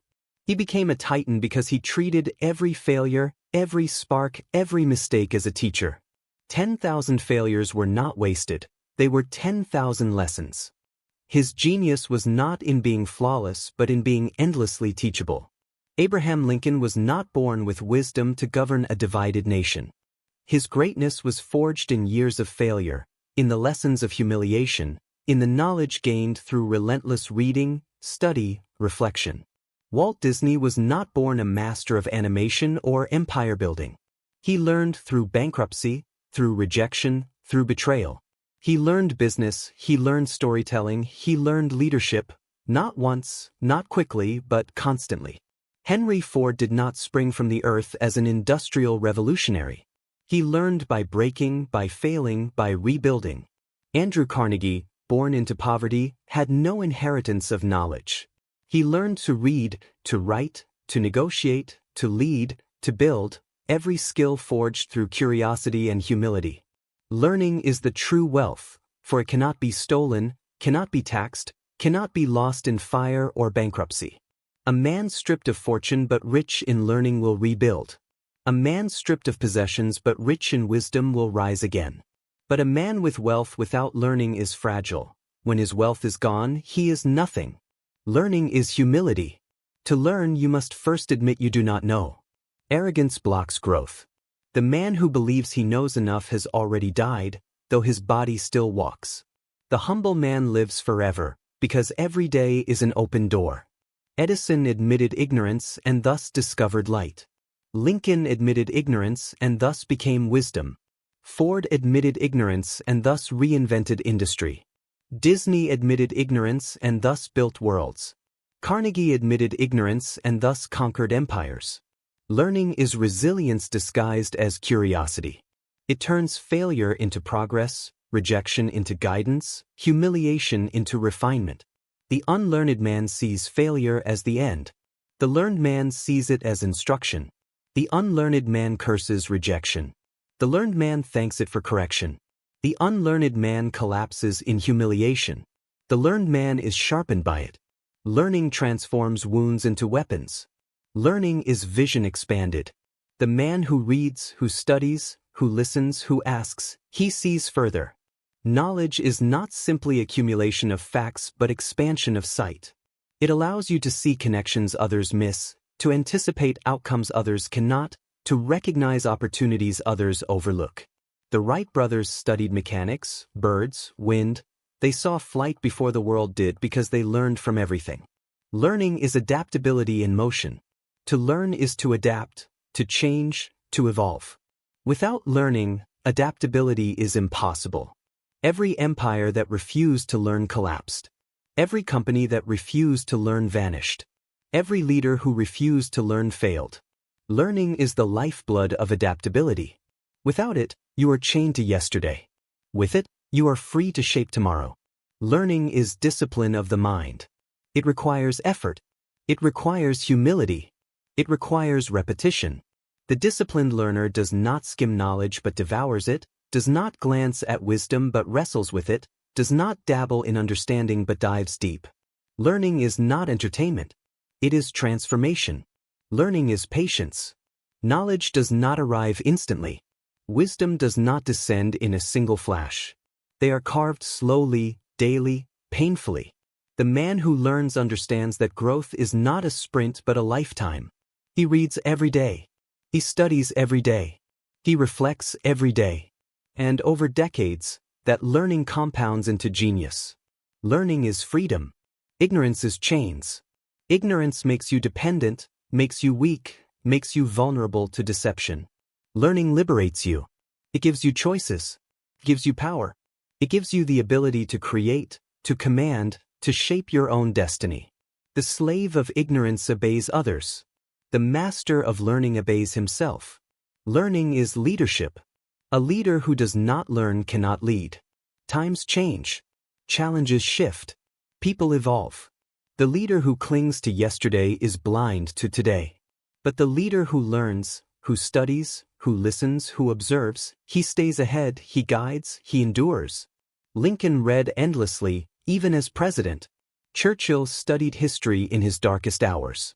Leaders learn or they collapse. Learning is legacy. The libraries Carnegie built were monuments to learning. The inventions Edison left were teachers for generations. The stories Disney told are lessons of imagination. The cars Ford built taught humanity speed, freedom, connection. Lincoln's speeches are classrooms of morality and leadership. Legacy is not simply what you built but what you taught, what you passed on, what others learned because you lived. So I tell you this, learn always. Learn endlessly. Learn from books. Learn from failure. Learn from mentors. Learn from enemies. Learn from silence. Learn from history. Learn from everything. Do not stop. Do not slow. Do not believe you have arrived. The moment you stop learning, you begin dying. Be a student forever. Let humility open every door. Let curiosity guide every step. Let failure be your teacher, rejection your guide, suffering your instructor. And as you learn, you will grow. As you grow, you will transform. As you transform, you will rise. Learning is infinite. The more you drink from it, the more it flows. The more you study it, the more it expands. The more you honor it, the more it rewards you. The unlearned man fades with time. The learner grows immortal. Learning is the infinite power of the human spirit. Embrace it, embody it, become it, and there will be no limit to who you can become. Chapter 13. Vision applied through strategy. Vision without strategy is a dream without legs, a fire without fuel, a song never sung. Vision is the picture, but strategy is the plan that paints it into reality. Vision is the castle in the sky, but strategy is the foundation, the blueprint, the stone upon stone that raises it from imagination to earth. Vision gives you direction, but strategy gives you movement. Without strategy, vision remains poetry. With strategy, vision becomes empire. History remembers visionaries, but it bows to strategists. The dreamers are celebrated in songs, but the strategists build the monuments those songs are sung in. The battlefield of life is littered with the corpses of those who dreamed without plan, who believed without preparation, who desired without discipline. But the world bends to those who combined vision with strategy, who turned fire into focus, belief into structure, ambition into execution. Alexander the Great was not merely a conqueror because he dreamed of empire. Many dreamed of conquest. His genius was strategy. He divided forces with precision, adapted formations with brilliance, maneuvered with foresight. His vision was vast, but his strategy made the impossible march of thousands across continents not just imaginable, but inevitable. Without strategy, Alexander would have been a dreamer. With strategy, he became immortal. Abraham Lincoln's vision was to preserve the Union, to birth freedom out of slavery, to hold a fractured nation together. But vision alone would not have held armies, nor sustained government, nor carried a nation through its darkest war. His strategy, timing of proclamations, mastery of communication, balancing of allies and rivals, was what turned vision into reality. Strategy was the invisible scaffolding behind the speeches. It was the structure beneath the words, the plan beneath the purpose. Thomas Edison's vision was light, but strategy was what turned experiments into industries. He did not merely invent. He created laboratories, teams, processes. He built systems to test, to fail, to refine, to succeed. His vision was illumination. His strategy was organization. Without strategy, his experiments would have remained chaos. With it, they became revolution. Henry Ford's vision was freedom through mobility, but strategy birthed the assembly line, efficiency, structure. He did not simply dream of cars for the common man. He built systems that made it possible. Vision made him dream of freedom. Strategy made him deliver it. Walt Disney's vision was imagination brought to life.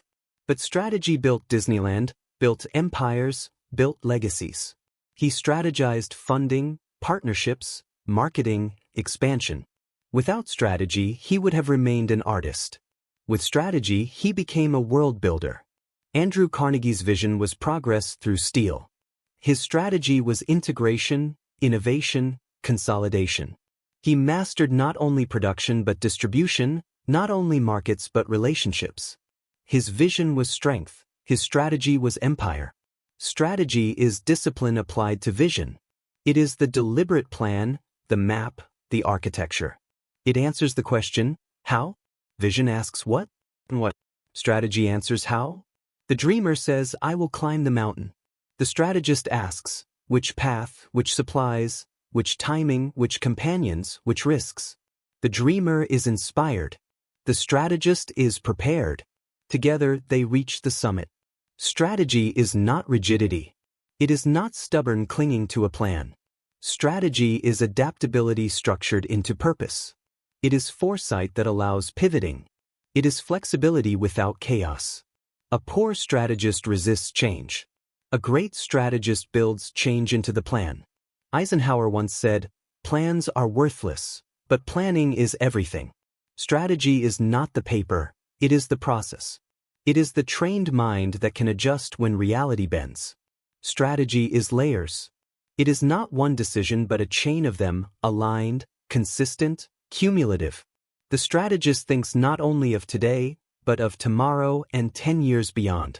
The strategist is a chess player on the board of destiny, seeing moves others cannot, anticipating opponents, exploiting opportunities, avoiding traps. Vision sees the castle. Strategy sees the road, the bridges, the battles, the supply lines, the seasons, the morale. Strategy is humility. It admits that vision alone is not enough. It studies, it prepares, it plans. The arrogant visionary believes passion is sufficient. The humble strategist knows passion must be armed with precision. Strategy is discipline in execution. Without it, vision collapses into scattered energy. The strategist says, not everything matters. Only this. Not everyone must be followed. Only this. Not every fight must be fought. Only this. He cuts away distraction, focuses energy, channels resources. Strategy is clarity sharpened into action. Strategy is patience. It knows not all battles are to be fought now. Some victories must be delayed, some paths postponed, some sacrifices endured. Lincoln delayed the Emancipation Proclamation until the timing was right. Carnegie delayed profit for growth. Ford delayed comfort for scale. Disney delayed ease for empire. Strategy waits when it must, strikes when it must, always aligned to vision. Strategy is resilience armed with foresight. The strategist expects failure, prepares for setbacks, anticipates storms. He is not surprised by defeat. He is prepared for it. He knows every great path is carved through resistance. His resilience is not blind endurance but intelligent adaptation. Strategy is leadership. To execute vision, others must follow. Strategy communicates, inspires, directs. It turns the chaos of many into the focus of one. Without strategy, armies scatter. With strategy, armies conquer. Without strategy, companies collapse. With strategy, companies endure. Without strategy, families drift. With strategy, families thrive. Strategy is legacy. The visionary is remembered for dreams. The strategist is remembered for monuments. Carnegie's libraries. Ford's factories. Disney's kingdoms. Edison's labs. Lincoln's Union. Alexander's empire. All were strategies applied to vision. So I tell you this, do not stop at vision. Build strategy. Study. Plan. Prepare. Execute. Adjust. Refine. Let your vision burn, but let your strategy guide the flame. Vision without strategy is fantasy. Vision with strategy is destiny. Be the strategist of your own life. Write the blueprint. Build the structure. Plan the battles. Anticipate the storms. Align the steps. And when vision and strategy unite, nothing, no obstacle, no critic, no failure, can stop you. Strategy is empire. Build it, and your vision will outlive you. Chapter 14. Purpose in service to others. Purpose reaches its highest form not when it serves the self alone, but when it flows outward, when it lifts others, when it ignites change beyond the boundaries of a single life. Service is not weakness. Service is not servitude. Service is strength transfigured into legacy, power channeled into creation, greatness multiplied through giving. When a man serves himself, he may build wealth, comfort, reputation, but when a man serves others, he builds eternity. History bows to those whose purpose extended beyond themselves. Abraham Lincoln did not endure agony of leadership for his own comfort. His purpose was to preserve the Union, to heal a fractured people, to deliver freedom where chains had bound. His service was not theoretical. It was bloody, costly, relentless. He carried burdens that broke lesser men, and he carried them not for himself but for a nation. That is purpose in service, the willingness to bleed for others. Andrew Carnegie could have died as one of the richest men on earth, remembered only for his empire of steel. But his true legacy was not the fortune he built, it was the fortune he gave away. He built libraries, universities, cultural institutions, not because he needed recognition, but because he believed wealth without service was waste. His steel may have built bridges and skyscrapers, but his service built minds, opportunities, futures. That is purpose in service. The transformation of personal gain into collective growth. Thomas Edison could have hoarded his inventions, hidden his discoveries, protected his knowledge as private treasure. But his service was to humanity: light in homes, communication across distances, technology that lifted entire civilizations forward. His legacy was not just innovation, but generosity of innovation, sharing progress with the world. That is purpose in service. The choice to make your genius a gift. Henry Ford could have made cars for the elite, for the wealthy, for those who already had privilege. But his service was to the common man. His vision was not luxury but accessibility, not exclusivity but freedom for all. He made mobility possible for millions who would never have tasted it. His assembly line was not only strategy, it was service. That is purpose in service. The decision to raise the many, not just the few. Walt Disney could have contented himself with cartoons, with art for art's sake. But his service was to children, to families, to the weary who needed wonder. He built worlds where imagination became healing, where joy became sanctuary, where dreams became bridges between generations. His purpose was service, to give hope, to give magic, to give joy. That is purpose in service, the creation of spaces that lift the spirit of humanity. Service is the true test of greatness. For selfish ambition, no matter how large, dies with the self. But service ripples outward, touching lives unknown, shaping futures unseen, echoing through generations unborn. The selfish man builds monuments that crumble. The servant leader builds legacies that endure. Service requires humility. It demands the recognition that life is larger than you, that destiny is not measured by what you keep but by what you give. The proud see service as weakness. The wise see it as the highest form of power. Lincoln bowed his ego to heal a nation. Carnegie bowed his fortune to uplift the poor. Edison bowed his secrets to gift the world. Ford bowed profit margins to expand mobility. Disney bowed personal recognition to inspire joy in others. Service humbles the self but exalts the soul. Service requires sacrifice. To serve others is to give time, energy, resources, comfort. It is to endure hardship not for your own gain but for someone else's hope. It is to bleed for another's healing, to suffer for another's freedom, to labor for another's joy. True service is costly, but it is the cost that makes it sacred. Service is leadership.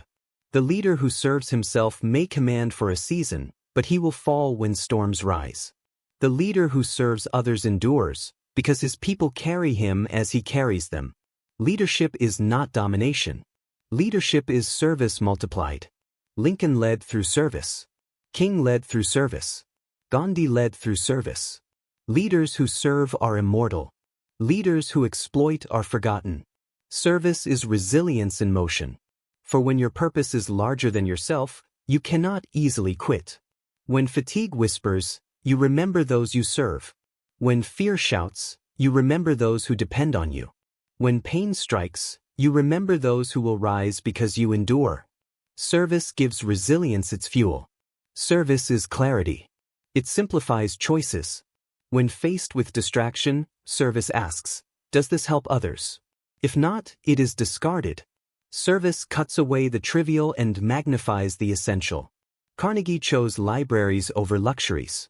Lincoln chose freedom over comfort. Edison chose invention over rest. Ford chose efficiency over ease. Disney chose magic over mediocrity. Service clarifies the path. Service is fulfillment. Selfish ambition may build wealth, but it leaves the soul hungry. Service feeds the soul with meaning that cannot be bought. The man who serves dies satisfied. The man who hoards dies empty. Service is abundance. The more you give, the more you create. The more you pour, the more you receive, not always in wealth, but in legacy, in impact, in immortality.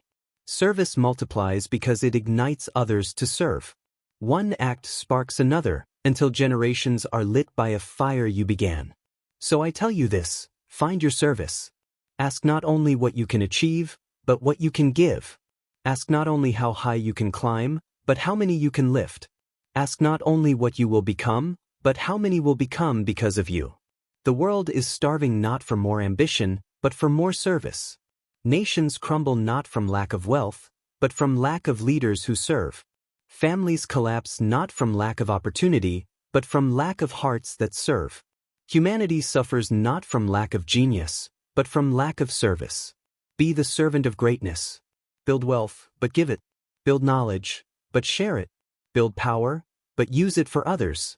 Build vision, but expand it to include humanity.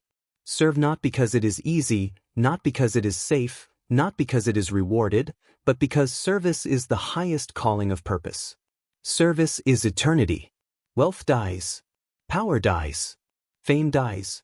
Service endures. The libraries remain. The freedoms remain. The inventions remain. The cars remain. The worlds of wonder remain. What you serve outlives you. What you hoard dies with you. So choose service. Choose it with humility. Choose it with sacrifice. Choose it with discipline. Choose it with joy. And when your life is measured, it will not be weighed by what you kept, but by what you gave. Purpose in service to others is the highest throne of greatness. Sit upon it, and history will never forget you. Chapter 15. The Discipline of Character. Character is the bedrock of greatness, the invisible foundation upon which every empire, invention, movement, and revolution has been built. It is the weight of the unseen, the strength of the inner life, the integrity that endures when applause fades, when fortunes vanish, when armies scatter, when storms rise. Character is not what you perform for the world. It is what you are when the world cannot see. It is not the mask you wear, but the marrow of your soul. And like every essential force of greatness, character must be forged through discipline.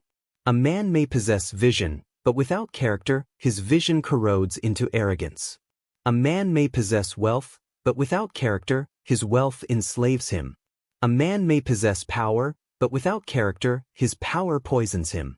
Character is the guardrail that keeps greatness from becoming corruption, the compass that keeps ambition from becoming tyranny, the anchor that keeps success from drifting into destruction. History is a graveyard of men who rose without character and collapsed under the weight of their own corruption. Leaders who conquered nations but could not conquer themselves. Kings who built thrones but lost their souls. Innovators who touched the stars but drowned in their vices. They are remembered not for their victories, but for their collapse. But history also exalts those whose character endured, who walked through storms with integrity unbroken, who carried greatness not as a crown but as a responsibility. Consider Abraham Lincoln again. Not merely as a president, not merely as a leader, but as a man of character. He was mocked for his appearance, insulted for his manner, attacked by critics from every side. He endured defeat after defeat in politics. He was scarred by loss in his family, haunted by despair. And yet, his character never yielded. He spoke truth when it was costly. He held conviction when it was dangerous. He forgave enemies when it was unpopular. His character was not polished by ease, it was carved by discipline. Consider George Washington. Offered kingship, he refused. Handed power, he relinquished it when others would have clung to it. Washington's greatness was not merely his military skill nor his leadership in revolution. It was his character, his discipline to refuse tyranny, his willingness to walk away from power when the world begged him to keep it. He showed that true greatness is not measured by what you take, but by what you refuse. Consider Thomas Edison. Surrounded by opportunity for dishonesty, for shortcuts, for exploitation, he endured years of ridicule and criticism but refused to surrender to bitterness. His discipline was not only in his work, but in his character. He treated failures as lessons, critics as fuel, obstacles as teachers. His character was the discipline to persist without corruption, to believe without arrogance, to endure without surrender. Consider Henry Ford. His innovations could have made him arrogant beyond measure. His factories could have made him careless. But his discipline was in character, obsessed not with luxury for himself, but accessibility for others. He saw dignity in the common man, worth in the worker, value in the many. His discipline was not perfect, but his character carried his vision further than mere ambition ever could. Consider Walt Disney. Rejected, bankrupt, betrayed, he had countless opportunities to grow bitter, to surrender to cynicism. But his discipline of character was joy. He chose wonder over resentment, imagination over bitterness, creation over destruction. His discipline was not only artistic but personal. He chose to serve, to inspire, to give, when life had given him every excuse to take, to hoard, to resent. Consider Andrew Carnegie. He could have died with steel in his hand and wealth in his vaults. But his character, disciplined over years of reflection, told him that wealth hoarded is wasted.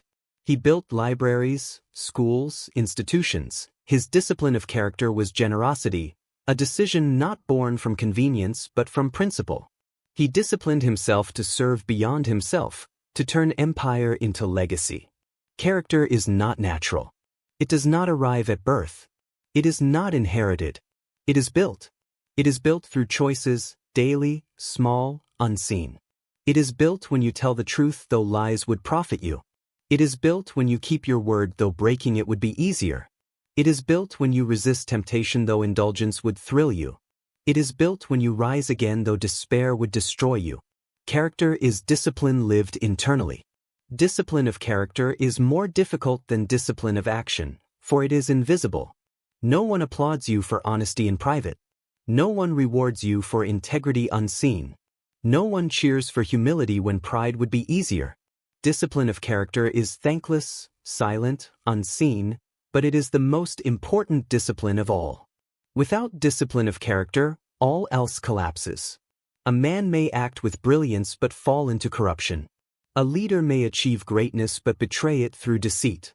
A creator may build wonders but ruin them through arrogance. A visionary may inspire millions but destroy them through greed. The discipline of character is what protects greatness from becoming ruin.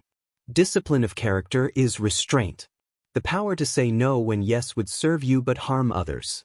The power to resist temptation, to control appetite, to govern yourself. Washington's restraint gave birth to democracy. Lincoln's restraint held a nation together. Without restraint, freedom collapses into tyranny. Without restraint, greatness collapses into tragedy. Discipline of character is consistency. To be the same in private as in public, to live the truth when no one is watching. Hypocrisy is the poison of character. Consistency is its crown. The disciplined man does not shift his morality for applause, does not bend his integrity for gain, does not trade his principles for convenience. Discipline of character is courage. To stand when it costs, to speak when it risks, to endure when it breaks. The coward yields his principles when threatened. The man of disciplined character holds them even unto death. Socrates drank the hemlock rather than betray philosophy. Lincoln endured assassination rather than abandon freedom. Character disciplined by courage outlives fear. Discipline of character is humility. To know you are not above the law you set, not above the truths you preach, not above the standards you expect. The arrogant collapse because they think themselves untouchable. The humble endure because they know they are not. Humility is not weakness. It is disciplined strength, strength that refuses to rot into arrogance. Discipline of character is forgiveness. To release bitterness, to abandon vengeance, to rise above hatred. Forgiveness is not softness. It is strength. It is the discipline to refuse the poison of resentment, the chains of vengeance, the weakness of hatred. Lincoln forgave enemies. King preached forgiveness in the face of brutality. Forgiveness is discipline of the soul. Chapter 16, Mastery of Time. Time is the currency of life, the one resource given equally to kings and beggars, emperors and slaves, geniuses and fools. Gold can be lost and regained, empires can fall and be rebuilt, names can fade and be remembered again, but time, once spent, is gone forever. It is the soil in which destiny grows, the fire that burns away illusions, the river that carries all men to eternity. To master time is to master life. To waste time is to waste the only thing you truly own. Most people live as though time is infinite, as though tomorrow is promised, as though the future is guaranteed. They squander hours on trivialities, days on distractions, years on hesitation. They trade the irreplaceable for the meaningless. And then one day, they wake to find that decades have vanished, and the dreams they carried have dissolved into ashes. The tragedy of life is not that it ends too soon, but that we wait too long to begin. Mastery of time begins with reverence for it. The great ones of history understood that time is sacred, and they guarded it with the ferocity of a king protecting his throne. Benjamin Franklin declared, "Dost thou love life? Then do not squander time, for that is the stuff life is made of." He knew that time, more than money, more than possessions, more than reputation, is the true wealth. Abraham Lincoln, burdened by the weight of civil war, understood that every decision, every moment mattered, not only for himself, but for millions.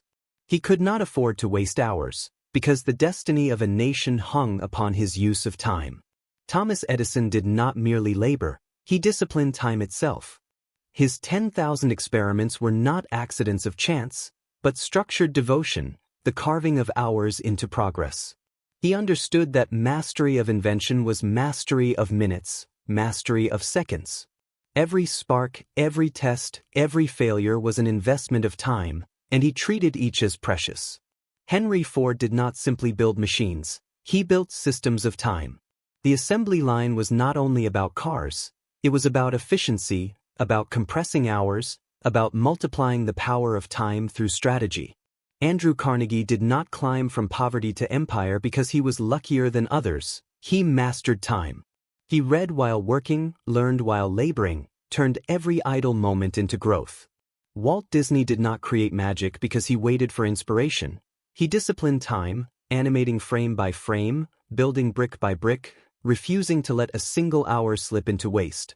Time mastery is not speed. It is not rushing, nor frantic busyness. Time mastery is precision. It is knowing what matters and giving time only to that. The undisciplined scatter their hours on every demand, every distraction, every impulse. The disciplined guard their hours, cut away the trivial, devote themselves to the essential. It is not about doing more, it is about doing what matters. Time mastery is clarity. When your vision is sharp, your use of time becomes ruthless. You do not wander. You do not delay. You do not waste. Every day becomes a soldier marching toward destiny. Lincoln's clarity made his time strategic. Edison's clarity made his time experimental. Ford's clarity made his time systematic. Disney's clarity made his time creative. Carnegie's clarity made his time expansive. Without clarity, time is squandered. With clarity, time is multiplied. Time mastery is discipline. To rise when you wish to sleep. To work when you wish to indulge. To move when you wish to rest. Discipline is the gatekeeper of time. Without discipline, time leaks away in laziness, in hesitation, in indulgence. With discipline, time becomes a fortress, guarded, directed, productive. Time mastery is presence. To live not in regret of yesterday, nor in anxiety of tomorrow, but in the fullness of now. Most people never live. They merely exist in the shadows of the past or the fantasies of the future. But the master of time lives each moment as sacred. Edison in his lab, Ford in his factory, Lincoln at his desk, Disney at his drawing board, Carnegie at his studies, they were present. Fully alive. Fully engaged. Time mastery is not only management, it is awareness. Time mastery is patience. To know that great things take years, decades, lifetimes. The undisciplined demand results now and quit when they do not come. The disciplined invest time like farmers planting seeds, waiting through seasons, enduring storms, trusting the harvest. Lincoln waited through defeats for his moment. Edison waited through thousands of failures. Disney waited through bankruptcies. Carnegie waited through poverty. Ford waited through mockery. Patience is the faith of time. Time mastery is urgency. To act now, not later. To move when others hesitate. To strike while the iron is hot. The master of time does not waste in procrastination. He knows tomorrow is not promised. He knows opportunity fades. He knows delay kills. Urgency and patience together form the paradox of mastery. Urgent in action, patient in result. Time mastery is legacy. How you use your time determines what remains when your time is gone. Carnegie's libraries, Lincoln's speeches, Edison's light, Ford's machines, Disney's worlds, all are crystallized time. Every invention, every book, every building, every monument is frozen time. Time invested, time disciplined, time given. Your life is nothing but your time. Use it well, and your time will outlive you. Waste it, and you will vanish. So I tell you this, master time. Guard it. Discipline it. Honor it. Use it. Do not waste it on the trivial, on the empty, on the fleeting. Do not wait for tomorrow, act today. Do not drift through years, direct them. Do not surrender your hours to the unworthy, give them only to the essential. For time is life. And to master time is to master yourself. Time is eternity disguised as moments. Seize it, and eternity will remember your name. Chapter 17, The Fire of Sacrifice. Sacrifice is the price of greatness, the fire through which every destiny must pass, the currency with which the immortal purchase their place in history. Nothing of worth is ever achieved without it. Every invention, every empire, every movement, every freedom humanity has ever tasted was bought in blood, sweat, tears, sleepless nights, broken bodies, and surrendered comforts. Sacrifice is not the enemy of success. It is its mother. The undisciplined dream of greatness without sacrifice. They want harvest without planting, victory without battle, reward without work. But the laws of destiny are not fooled. The soil gives no fruit to the man who does not plant. The battlefield gives no victory to the soldier who does not fight. The world gives no crown to the one unwilling to bleed. Sacrifice is not optional. It is inevitable. The only question is whether you will pay it willingly or waste your life fleeing from it. Look at Abraham Lincoln. He sacrificed comfort for conviction. He sacrificed popularity for principle. He sacrificed peace of mind for the agony of leading a nation through civil war. He sacrificed personal happiness. His life was marked by grief, by loss, by depression, for the sake of something larger than himself. He bore hatred, threats, assassination attempts, and finally death itself. That was the fire of his sacrifice. And because he endured it, freedom was born. Look at Thomas Edison. He sacrificed rest, sleep, comfort. Nights vanished in his laboratory, years swallowed in experiments. He sacrificed reputation when critics mocked him as a fool, when newspapers wrote of his endless failures. He sacrificed security by pouring time and money into dreams that might have collapsed forever. That was the fire of his sacrifice. And because he endured it, the world was lit. Look at Henry Ford. He sacrificed ease for efficiency. He sacrificed safety for innovation. He sacrificed wealth in the short term for the vision of long-term accessibility. He sacrificed reputation when rivals mocked his obsession with machines. That was the fire of his sacrifice.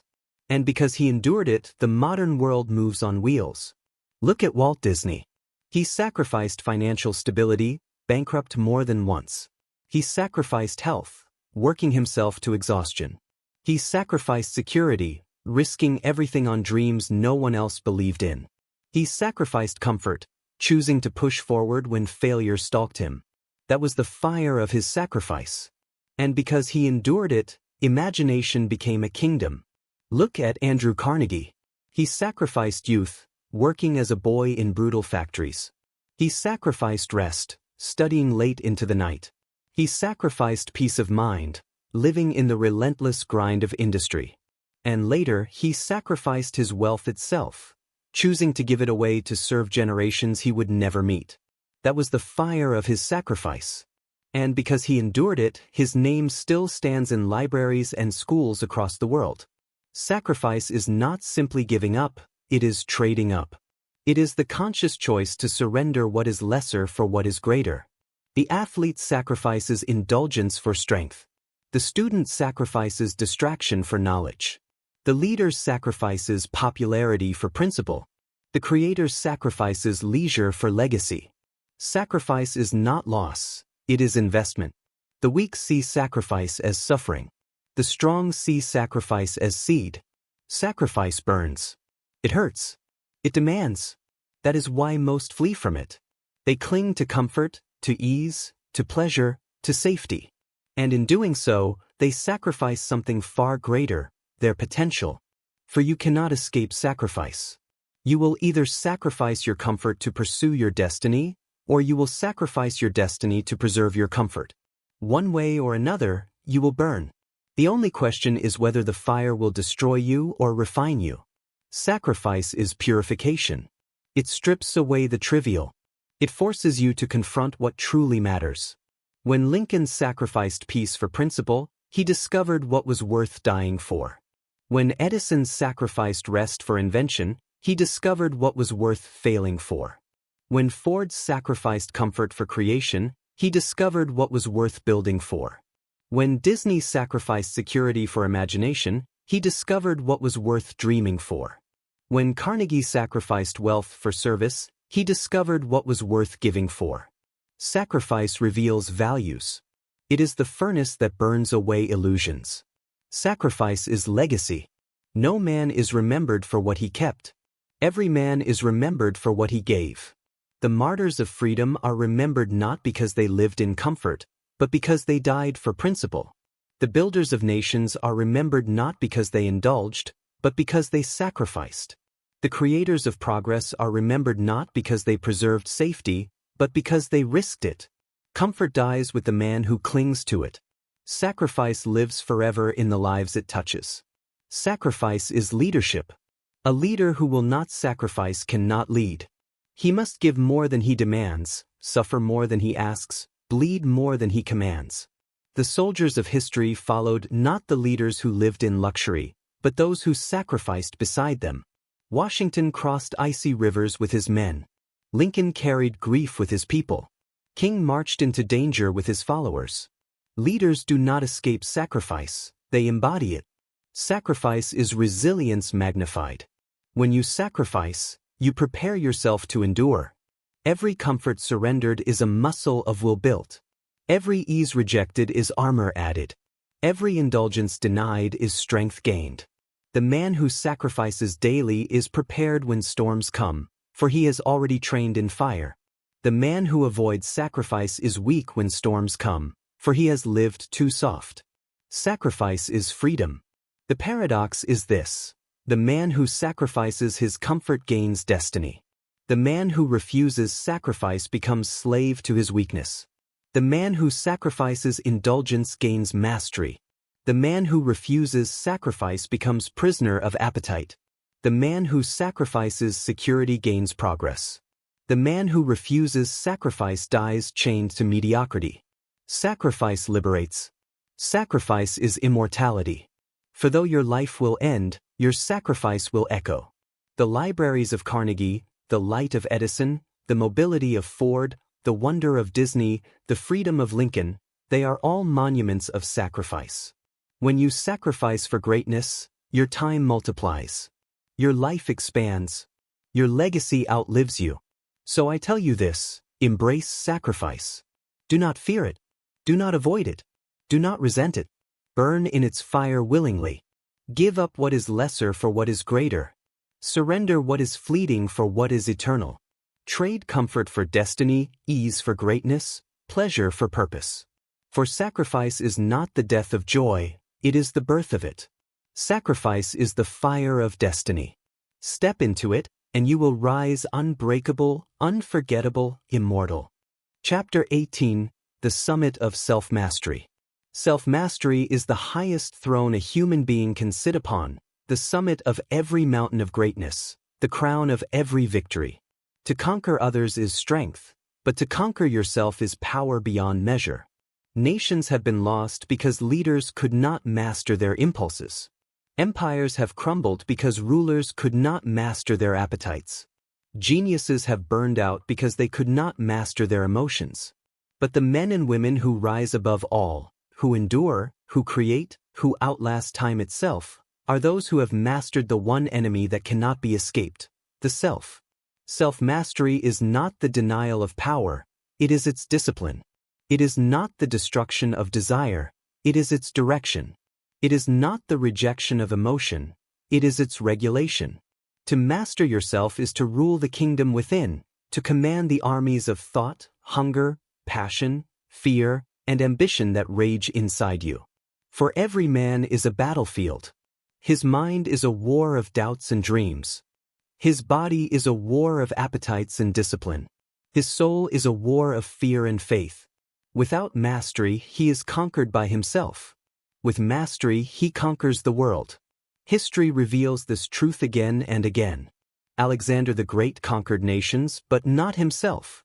His empire collapsed after his death because he had not built discipline within, though he commanded armies without. Napoleon rose to dominate Europe, but his lack of restraint, his hunger for more, his arrogance unchecked, brought him ruin. Julius Caesar mastered politics, war, and empire, but not ambition. The dagger that ended his life was sharpened by his failure to master himself. Contrast them with men of self-mastery. George Washington, who could have been king, refused. He mastered ambition and stepped away from power. That act of mastery gave birth to democracy itself. Abraham Lincoln, haunted by despair, mastered it through discipline of spirit, channeling his darkness into compassion and leadership. His mastery of self was the anchor of a nation in storm. Marcus Aurelius, Emperor of Rome, wrote not of conquest but of stoicism, reminding himself daily that to master anger, pride, and desire was the true conquest. His empire may have faded, but his self-mastery lives in philosophy that guides millions to this day. Thomas Edison mastered failure. 10,000 times he could have surrendered, cursed his fate, drowned in discouragement. But he ruled his impatience, commanded his frustration, mastered his despair. And so he illuminated the world. Henry Ford mastered ridicule. He was mocked, doubted, dismissed. But he disciplined his belief, restrained his anger, directed his energy. And so he changed how humanity moved. Andrew Carnegie mastered poverty. He could have let hardship breed bitterness, envy, resentment. But he mastered his mindset, trained his ambition, channeled his hunger. And so he built empires and then gave them away. Walt Disney mastered rejection. He could have surrendered when betrayed, when bankrupt, when laughed at. But he ruled his doubt, mastered his wounds, directed his imagination. And so he built wonder itself. Self-mastery is the foundation of freedom. The man who cannot master himself is a slave, no matter his wealth, no matter his position, no matter his fame. He is chained to his appetite, to his anger, to his impulses. But the man who masters himself is free, even in chains, even in prison, even in poverty. Epictetus, born a slave, became a philosopher of freedom because he had mastered his mind. Nelson Mandela, locked in prison for 27 years, mastered his hatred, mastered his anger, mastered his despair, and emerged stronger than the men who caged him. That is the paradox of self-mastery. It cannot be taken from you. Self-mastery is discipline multiplied. It is the decision every moment to obey your highest self, not your lowest impulses. To rise when you wish to sleep. To speak truth when lies would serve you. To act with patience when anger demands eruption. To endure pain when comfort seduces you. To wait with faith when fear screams at you. This is not natural. It is not easy.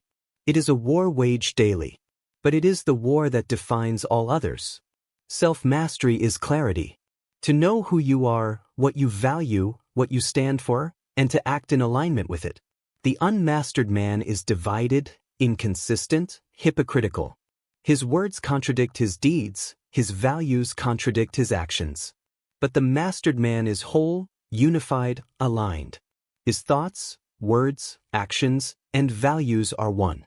He is unshakable because he is undivided. Self-mastery is resilience at its core. To be struck and not break. To be mocked and not collapse. To be defeated and not destroyed. It is not denial of pain, it is dominion over it. Pain comes, but mastery turns it into teacher. Fear comes, but mastery turns it into fuel. Failure comes, but mastery turns it into foundation. Self-mastery is patience. It is the refusal to rush destiny, the strength to build slowly, the wisdom to endure seasons. The man who cannot wait destroys himself in haste. The man who can wait masters time itself. Edison waited through failures. Lincoln waited through defeats. Disney waited through bankruptcies. Ford waited through ridicule. Carnegie waited through poverty. Their patience was not passive, it was self-mastery in action. Self-mastery is humility. The recognition that you are not above discipline, not above truth, not above the laws of life. The arrogant man cannot master himself, for he refuses to see his flaws. The humble man grows stronger, because he sees his weaknesses and conquers them. Self-mastery is built not by denial but by confrontation. You face yourself, admit your shadows, and rule them. Self-mastery is leadership. The leader who cannot rule himself cannot rule others. His anger becomes their burden. His fear becomes their weakness. His corruption becomes their downfall. But the leader who masters himself becomes a fortress for others. Washington mastered ambition and gave birth to freedom. Lincoln mastered despair and gave strength to a nation. King mastered fear and gave courage to millions. Leaders who rule themselves rule the world. Self-mastery is immortality. For while wealth, power, and fame vanish, the man who has mastered himself leaves a legacy of principles, of example, of strength. Marcus Aurelius still teaches across centuries. Mandela still inspires across continents. Their empires may fade, but their mastery of self outlives time. So I tell you this, climb the summit of self-mastery. Do not be conquered by appetite. Do not be enslaved by impulse. Do not be ruled by fear. Rule yourself. Command yourself. Master yourself. And once you do, nothing, no man, no army, no storm, no time, can conquer you. Self-mastery is the summit of life. Reach it, and you will stand where few have stood, where eternity itself bows to the strength of the human soul. Chapter 19. The Unstoppable Force of Faith. Faith is the unseen fuel of every triumph, the invisible fire that carries men and women across deserts of despair, oceans of uncertainty, and mountains of impossibility. Faith is not naive hope, nor blind optimism, nor empty wish. It is conviction beyond evidence, certainty beyond sight, trust beyond proof. Faith is the belief that tomorrow can be greater than today, that purpose can outlive pain, that destiny can rise from dust. Faith is the unstoppable force, for when it is present, even the broken rise, even the fearful act, even the impossible bends. Every great name in history, every monument, every revolution, every invention, every resurrection of humanity's spirit has been driven by faith. Without faith, there is no endurance. Without faith, there is no courage. Without faith, there is no creation. It is the foundation upon which all else rests. Abraham Lincoln carried faith in a fractured nation when the world declared it doomed. His cabinet doubted him, his enemies mocked him, his country bled before his eyes. Yet he had faith, faith that the Union could survive, faith that freedom could be born, faith that the blood spilled would not be in vain. His faith was not passive. It was active, it was costly, it was relentless. And because of it, America was preserved. Thomas Edison had faith in light when the world had only darkness. Thousands of failures pressed him, critics laughed, finances collapsed, but his faith never faltered. He believed, not because he had proof, but because he carried conviction. That faith kept him standing when evidence gave him every reason to fall. And when his light finally burned, it was faith made visible. Henry Ford had faith in the common man. The world believed cars were toys for the rich. He believed they could be tools for all. He faced rejection, ridicule, bankruptcy, but his faith was greater than his failures. His assembly lines were not just machines, they were faith forged into steel. And because of it, the world was transformed. Walt Disney had faith in imagination when the world was beaten by depression and war. Bankers refused him, critics scorned him, rivals betrayed him, yet he had faith in his vision, faith in his stories, faith in his kingdom of wonder. And though he died before seeing the completion of his greatest dream, His faith had already become a world of castles and kingdoms that endure generations later. Andrew Carnegie had faith in progress. He rose from poverty not by chance, but by believing that growth was possible, that learning mattered, that steel could build the future. His faith lifted him from factory floors to empire halls. And later, his faith in knowledge built libraries and institutions that carried his belief in progress into centuries beyond his life. Faith is not limited to inventors or leaders. It is the heartbeat of humanity itself. The abolitionists who fought slavery had faith in freedom before freedom was real. The suffragettes who demanded votes for women had faith in equality before equality was recognized. The civil rights marchers had faith in justice before justice was law. Soldiers in wars carried faith in victory when battles seemed hopeless. Parents in poverty carried faith that their children could rise higher than themselves. Humanity itself survives not because of certainty, but because of faith. Faith is courage's twin. Courage is the act. Faith is the reason. Without faith, courage collapses into fear. With faith, courage becomes unstoppable. The soldier steps forward into bullets because of faith in the cause. The inventor endures failure because of faith in the breakthrough. The leader carries nations through darkness because of faith in the dawn. Faith is the anchor that keeps courage from drifting. Faith is resilience's root. The resilient rise again and again because faith whispers, "This fall is not the end." Without faith, failure crushes. With faith, failure becomes foundation. Edison's failures would have destroyed him without faith. Lincoln's defeats would have silenced him without faith. Disney's bankruptcies would have buried him without faith. Carnegie's poverty would have chained him without faith. Ford's ridicule would have crippled him without faith. Faith made their resilience possible. Faith is vision's flame. A vision without faith is fragile. It dies at the first storm. A vision with faith endures mockery, rejection, impossibility. Faith protects vision. Faith feeds vision. Faith is the oxygen of vision.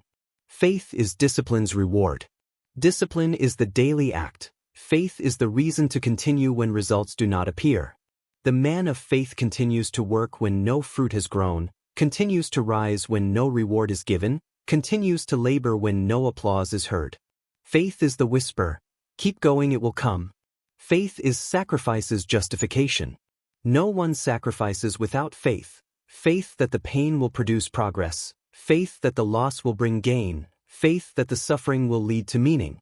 The soldier sacrifices with faith in victory. The parent sacrifices with faith in the child's future. The leader sacrifices with faith in the cause. Faith makes sacrifice bearable. Faith is learning's essence. To learn is to believe growth is possible.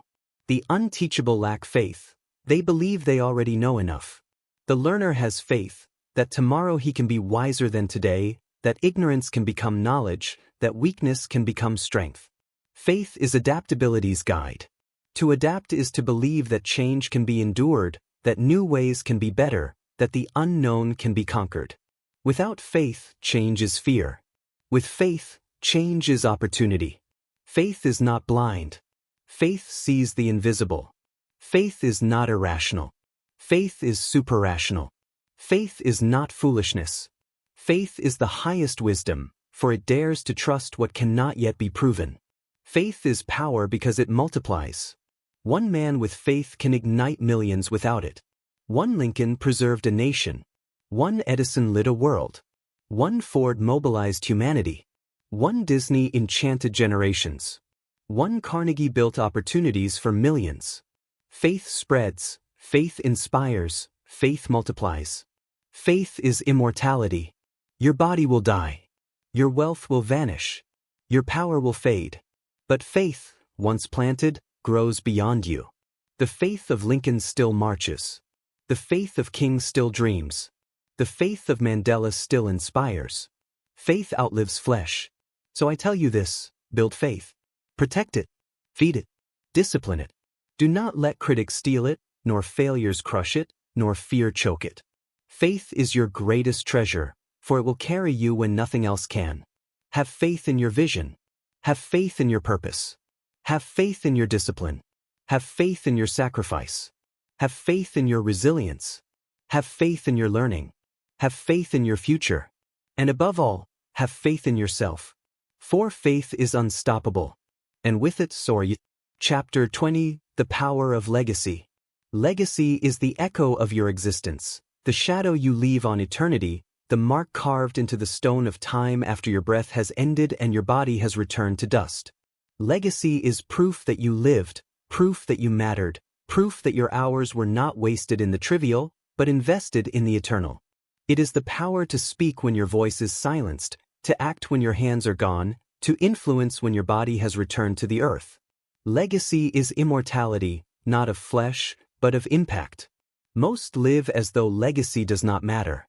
They chase comfort, applause, indulgence, possessions. They build palaces of sand, fortunes of smoke, reputations of glass. And when death comes, and it always comes, their names dissolve into silence, their works vanish into nothing, their existence forgotten within a generation. They sacrificed eternity for the fleeting thrill of the moment. But the wise, the great, the disciplined, they live for legacy. They live knowing their life is not only their own, that their purpose stretches beyond their heartbeat, that their actions ripple into centuries they will never see. Abraham Lincoln did not live to see the fruit of his sacrifice.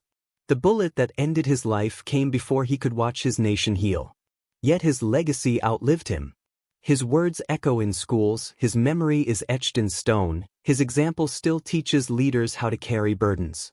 His life was cut short, but his legacy is endless. That is the power of legacy.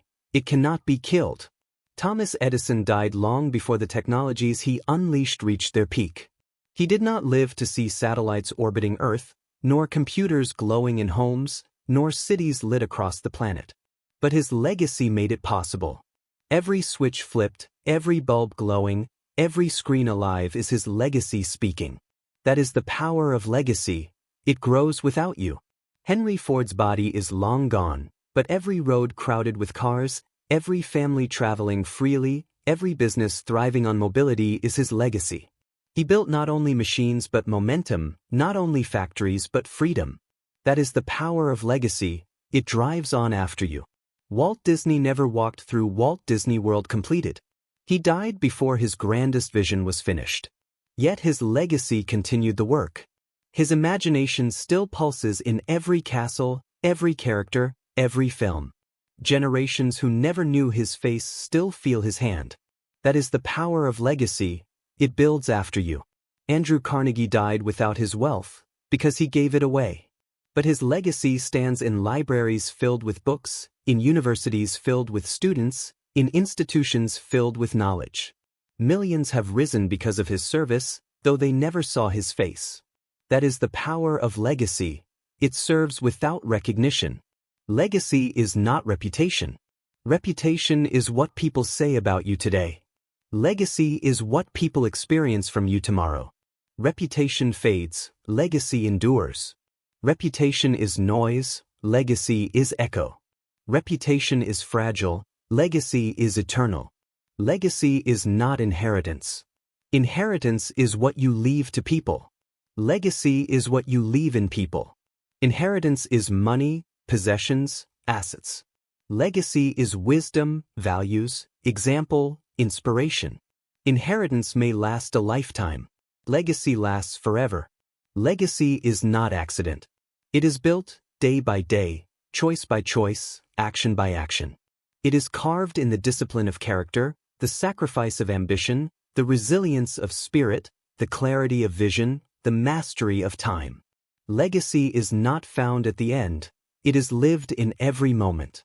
You are building it now, in every decision you make, in every word you speak, in every hour you spend. Legacy is service. You will not be remembered for what you took, but for what you gave. The selfish are forgotten. The servants endure. Carnegie is remembered not for the steel he hoarded, but for the knowledge he spread. Lincoln is remembered not for the power he held, but for the freedom he gave. Edison is remembered not for the patents he owned, but for the light he shared. Ford is remembered not for the profits he made, but for the roads he opened. Disney is remembered not for the money he earned, but for the joy he gifted. Legacy is not about possession. It is about contribution. Legacy is courage. It requires the strength to live beyond yourself, to endure mockery, to face failure, to sacrifice comfort, because you believe your life is part of something larger. Legacy is the courage to plant seeds you will never see bloom, to build bridges you will never cross, to ignite fires whose warmth you will never feel. It is courage to live not for applause but for eternity. Legacy is faith. Faith that what you do matters, even if unseen. Faith that your struggles are not wasted, even if unrecognized. Faith that your sacrifice is not in vain, even if unrewarded. Legacy is faith that your life will echo beyond your death. Legacy is discipline. To live every day aligned with what you want to leave. To resist the pull of trivial pleasures, to reject the lure of easy applause, to devote yourself to the eternal, the meaningful, the lasting. Discipline builds legacy because it refuses to waste time on what does not matter. Legacy is clarity. To know what you want to stand for. To know how you want to be remembered. To know what mark you want to leave. Most drift through life without asking these questions, and their legacy is silence. The great ask daily, "What will my life mean when it is gone?" And they live their answers. Legacy is immortality. Your body will die. Your wealth will vanish. Your fame will fade. But your legacy will remain.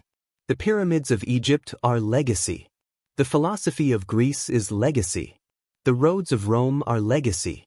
The inventions of Edison, the speeches of Lincoln, the dreams of Disney, the gifts of Carnegie, the machines of Ford, these are legacies. Men die, but legacies live. So I tell you this, live for legacy. Do not waste your life on what will vanish. Build what will endure. Speak words that will echo. Create works that will last. Serve in ways that will multiply. Plant seeds that will grow beyond you. For legacy is the true measure of life. Legacy is eternity's memory. Live in such a way that eternity itself cannot forget you. Chapter 21. The Infinite Game of Growth. Growth is not a destination. It is not a peak you arrive at, plant your flag upon, and declare yourself finished. Growth is an infinite game, a journey without end, a fire without boundary. To live is to grow is to transform is to become. The moment you stop growing, you begin dying. The moment you believe you have arrived, you begin to descend. Growth is endless because the human spirit is infinite. The tragedy of most lives is not that they are cut short by death, but that they are cut short by stagnation. People die in spirit long before they die in body. They stop learning, stop adapting, stop evolving, stop reaching.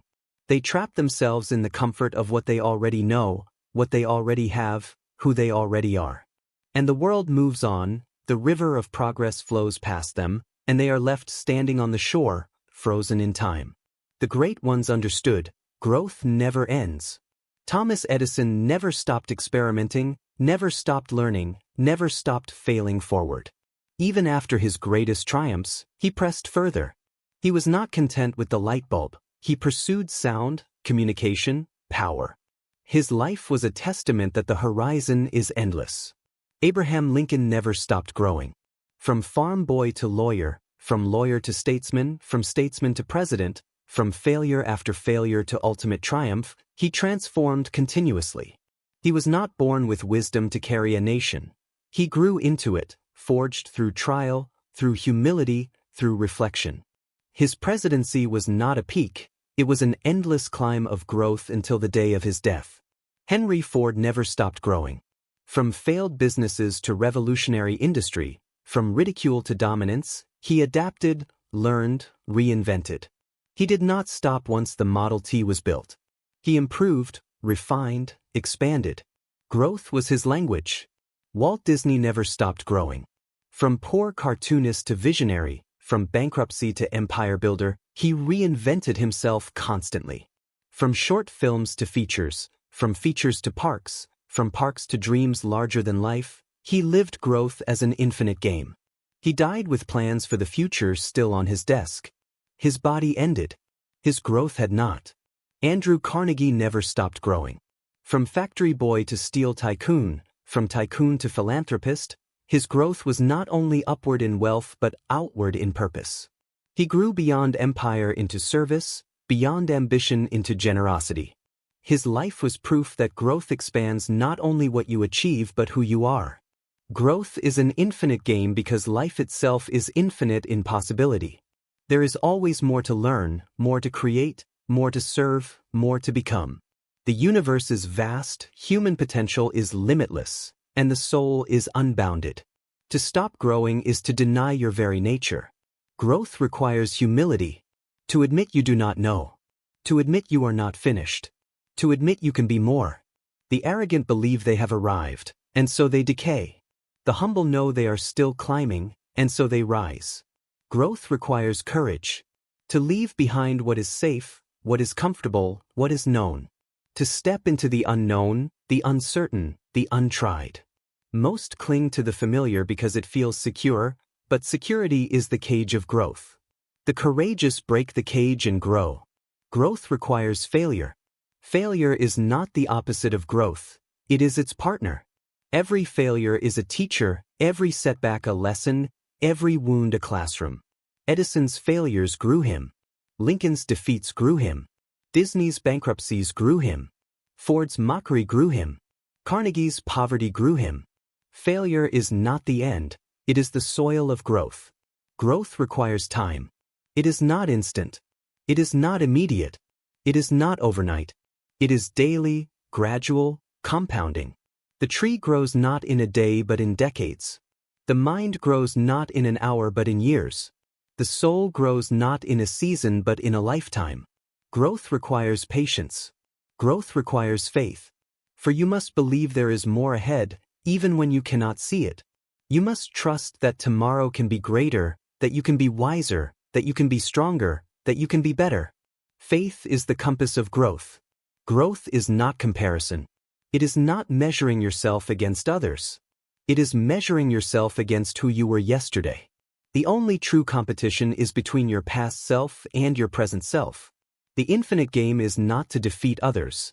It is to surpass yourself endlessly. Growth is not comfort. It is not ease. It is not convenience. It is challenge, struggle, discomfort, effort. Muscles grow by resistance. Minds grow by difficulty. Souls grow by trials. If you avoid challenge, you avoid growth. If you embrace challenge, you embrace growth. Growth is service. For as you grow, you lift others.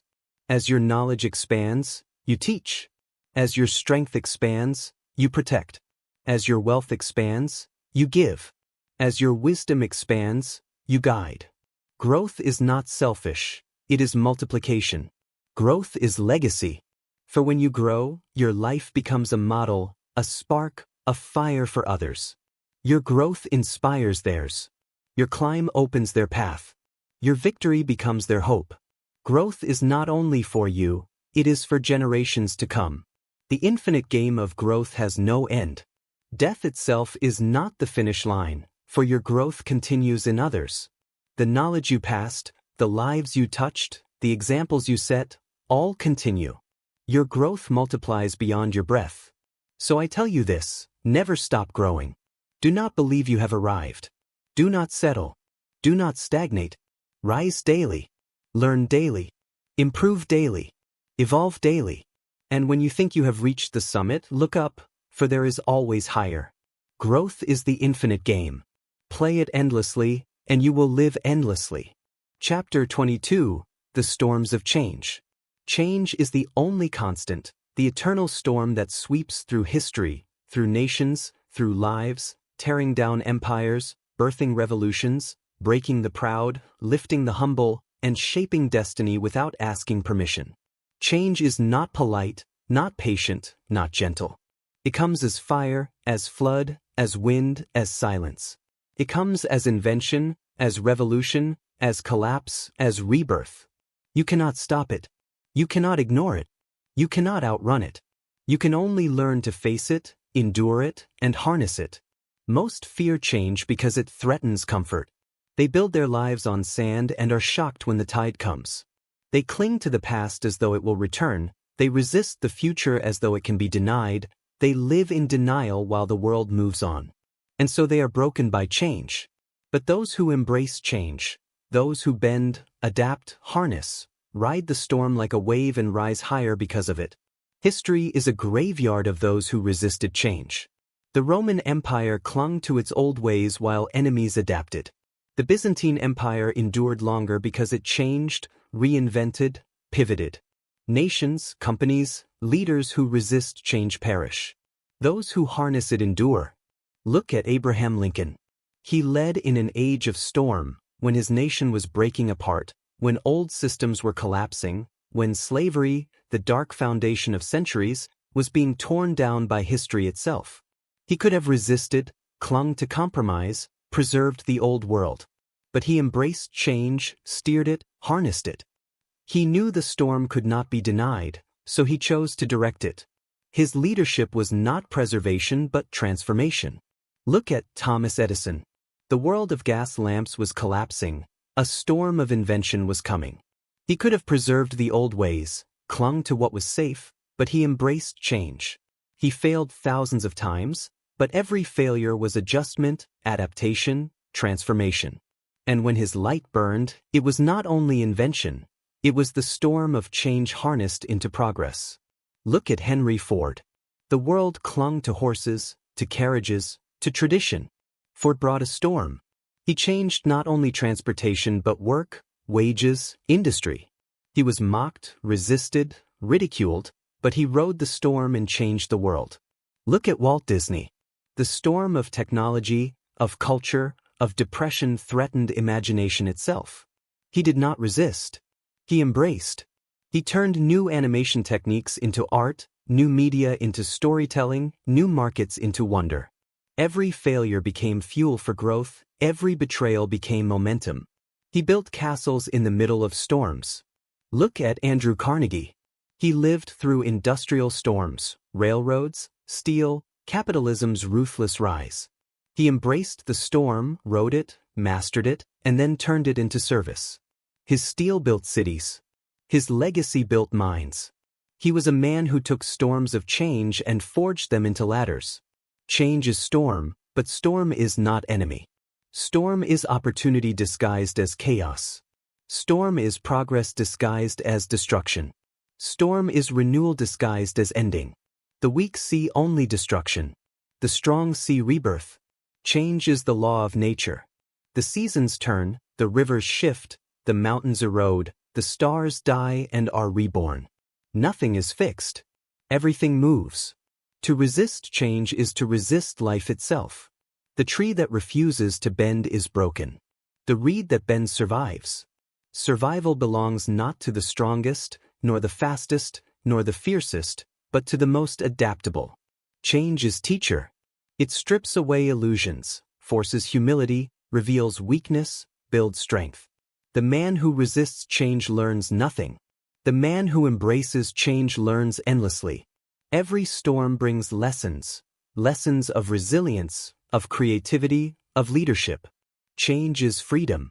It frees you from chains of the past, from prisons of tradition, from cages of identity. The man who fears change is enslaved by yesterday. The man who embraces change is free to become tomorrow. Change is painful. It demands sacrifice. It destroys comfort. It shatters certainty. But pain is the cost of growth. Sacrifice is the price of progress. Discomfort is the birthplace of transformation. Do not curse the storm. Thank it, for it is carving you into something new. Change is legacy. Those who resist are forgotten. Those who harness are remembered.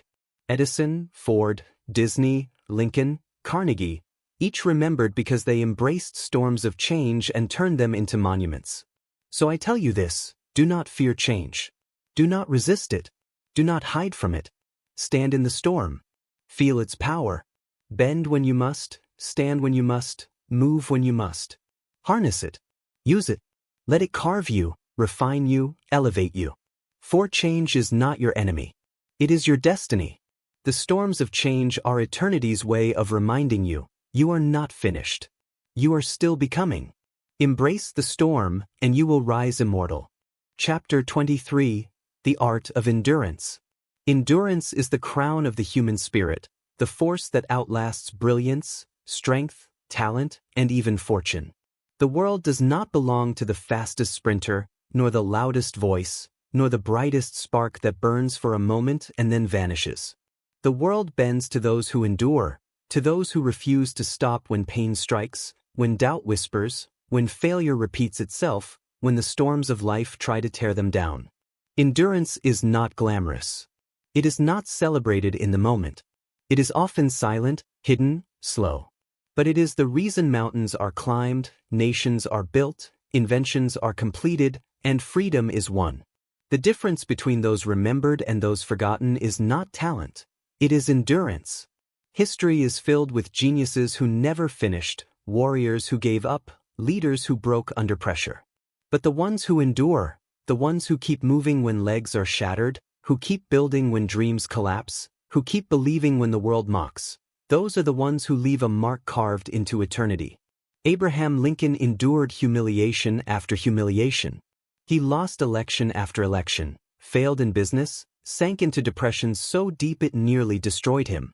Yet he endured. He rose again, tried again, fought again. His presidency was agony, his nation bleeding, his enemies many, his allies few. Yet he endured. And because he endured, slavery ended and a nation was preserved. His greatness was not talent alone. It was endurance. Thomas Edison endured failure not once, not 10 times, but thousands. Any ordinary man would have surrendered, cursed the futility, walked away. But Edison endured.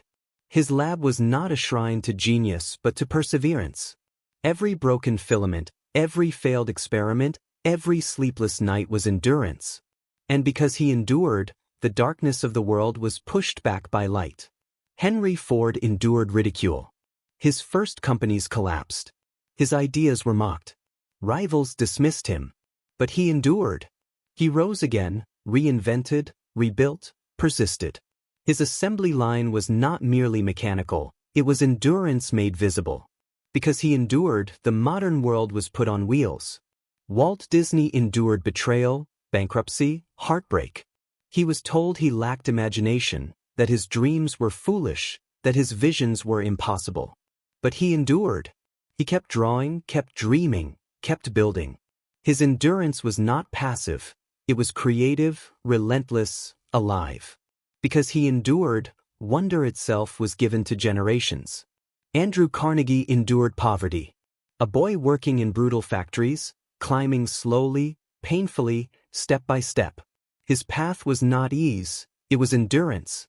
He studied while exhausted, worked while hungry, pressed forward while others gave up. His empire was not only steel, it was endurance hardened into industry. And later, his service was endurance of generosity, giving away what he had built to serve those who would come after him. Endurance is not speed. It is not the sprint. It is the marathon, the endless march, the refusal to stop. The strongest may sprint ahead, but the one who endures finishes the race. The brilliant may shine brightly, but the one who endures lights the night forever. The talented may impress for a moment, but the one who endures leaves a legacy. Endurance is patience with fire. It is not waiting passively, but persisting actively. It is planting when there is no harvest, building when there is no applause, striving when there is no recognition.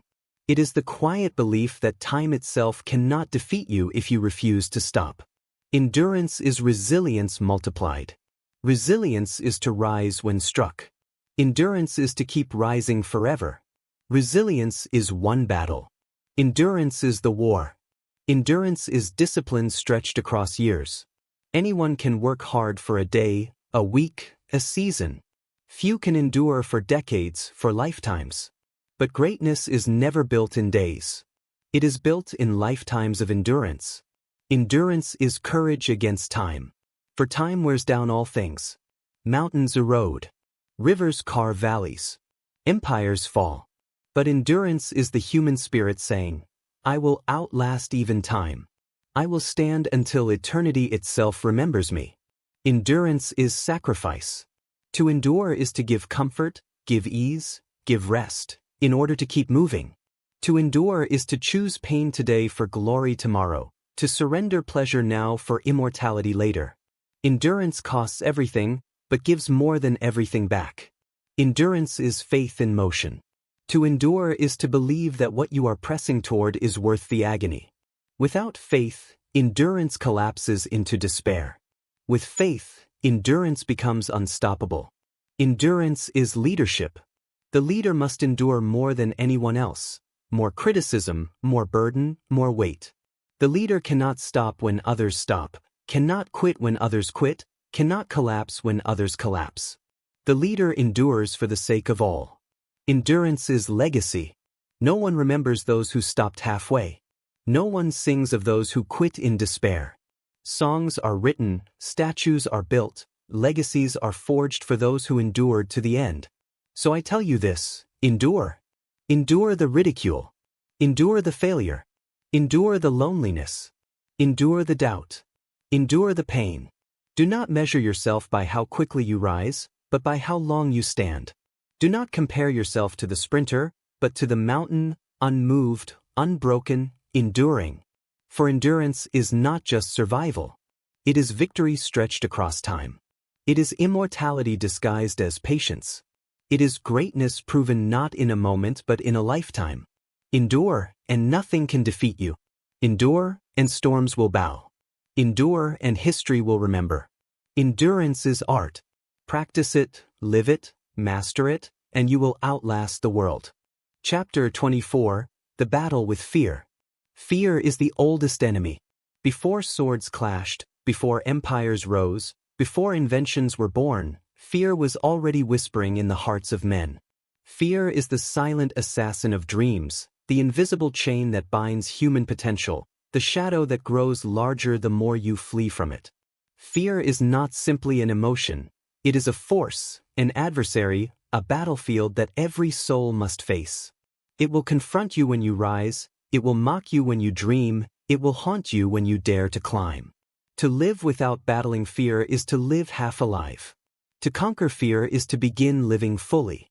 Fear disguises itself as safety, as reason, as caution. It whispers, wait until tomorrow. It says, do not risk, do not try, do not stand out. It wraps itself in logic, in excuses, in false wisdom. And yet beneath its mask lies the truth. Fear is a liar. Fear promises safety but delivers regret. Fear promises comfort but delivers chains. Fear promises preservation but delivers death of the soul. Every man and woman remembered by history has battled fear. Abraham Lincoln feared failure. He failed in elections, failed in business, faced ridicule. He battled depression so heavy that death seemed near. Yet he faced his fear, endured it, conquered it. And because he did, a nation endured.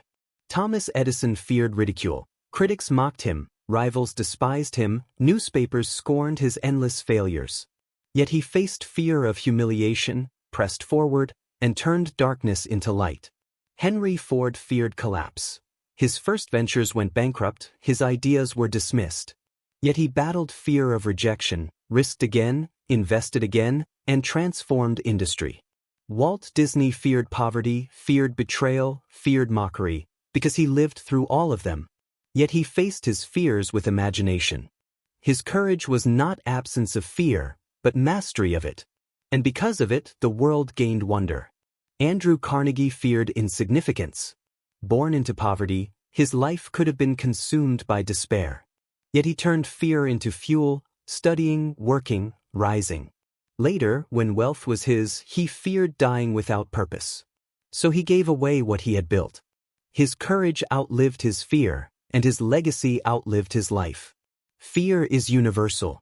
Every soldier on the battlefield feels fear before the charge. Every leader feels fear before the decision. Every creator feels fear before the unveiling. Every parent feels fear before the future. Fear cannot be eliminated, but it can be conquered. Courage is not the absence of fear. Courage is action in spite of fear. Courage is the refusal to bow to fear's lies, the decision to move forward though your hands shake and your heart races. Courage is not born from comfort, but from conviction. Fear is loud in the beginning. It roars when you start, when you step out, when you risk. But when you move, when you act, when you persist, fear begins to fade. Fear thrives in inaction. Courage grows in movement. Fear is imagination corrupted. It is the mind creating visions of defeat, of humiliation, of ruin. Courage is imagination redeemed. It is the mind creating visions of victory, of triumph, of destiny. The battlefield of fear is the battlefield of imagination. Fear is the enemy of growth. It keeps you chained to yesterday, prevents you from adapting, blinds you to opportunity. The man ruled by fear cannot learn, cannot grow, cannot change. But the man who conquers fear becomes unstoppable. Fear is the enemy of faith. Faith says it will happen. Fear says it cannot. Faith says I will rise. Fear says you will fall. Faith builds. Fear destroys. Faith moves forward. Fear freezes. Every battle of destiny is faith against fear. Fear is the enemy of legacy. Those who fear leave nothing. They die with their dreams still inside them, with their visions unspoken, their potential unused. But those who conquer fear build legacies that endure. So how do you battle fear? By facing it. By refusing to run. By acting in spite of it. By starving it with action, feeding courage with discipline. Fear shrinks when confronted. It grows when avoided. The soldier charges though afraid. The leader speaks though uncertain. The creator builds though mocked. The dreamer climbs though doubted. Fear is defeated not by argument, but by action. Fear will never disappear completely. But it can be mastered. It can be silenced. It can be turned from enemy into fuel. Fear tells you where your greatest victories lie, for fear guards the doorways of destiny. Behind the fear you avoid is the future you seek. So I tell you this, fight fear. Do not wait until it vanishes, it never will. Do not wait until you feel ready, you never will. Move now. Now. Stand now. And you will discover that fear was smaller than it seemed, weaker than it sounded, emptier than it appeared. Fear is the shadow. Courage is the sun. Shine, and the shadow vanishes. The battle with fear is eternal. But those who fight it, those who refuse to bow, those who charge in spite of trembling, those who move in spite of doubt, they are the ones history remembers. Fear destroys the many. Courage lifts the few. Be among the few. Chapter 25, The Architecture of Success. Success is not an accident. It is not a gift handed down from the gods, nor a stroke of luck stumbled upon in the dark. Success is architecture. It is design, blueprint, foundation, structure. It is not built in a day, nor by chance, nor by wandering without purpose. It is built brick by brick, choice by choice, discipline by discipline. Those who stumble into fortune without foundation lose it. Those who build success as architecture endure. Architecture begins with vision, the drawing of the plan, the dream on paper, the castle in the mind. Without vision, no structure rises. The architect sees what does not yet exist, imagines what has not yet been built, dreams of a skyline before stone is laid. Vision is the first pillar of success. But vision alone is not enough. The graveyard of history is filled with dreamers who never built. The walls of time echo with voices of those who imagined but never acted. Vision must be anchored in foundation. That foundation is character, discipline, endurance, sacrifice, faith, all the stones laid in the chapters before. Without foundation, walls collapse. Without depth, height is impossible. The architecture of success is clarity. Every builder knows the plan, every worker knows the design. Success requires clarity of purpose. Without it, time is wasted, energy scattered, focus lost. Abraham Lincoln had clarity, preserve the Union, birth freedom. Thomas Edison had clarity, illuminate the world. Henry Ford had clarity, cars for all, not just the rich. Walt Disney had clarity, imagination alive in reality. Andrew Carnegie had clarity, steel to build, wealth to serve. Clarity is blueprint. The architecture of success is discipline. No structure rises without labor. Stones do not stack themselves, steel does not assemble itself, dreams do not manifest themselves. Discipline is the daily act of building when you are tired, when you are mocked, when storms rage. Edison's laboratory was discipline. Ford's factory was discipline. Carnegie's empire was discipline. Disney's animation studio was discipline. Lincoln's presidency was discipline. Discipline is brickwork. The architecture of success is patience. Rome was not built in a day, nor is any monument of greatness. The impatient quit before the walls rise. The patient endure the long seasons, the endless labor, the unseen effort. They know that true structures take time. Edison endured 10,000 failures. Lincoln endured years of defeat. Disney endured years of rejection. Patience is scaffolding. The architecture of success is resilience. Storms will strike. Walls will crack. Plans will falter. But the resilient rebuild. They patch, they adjust, they reinforce. They do not abandon the project when winds blow. They endure until completion.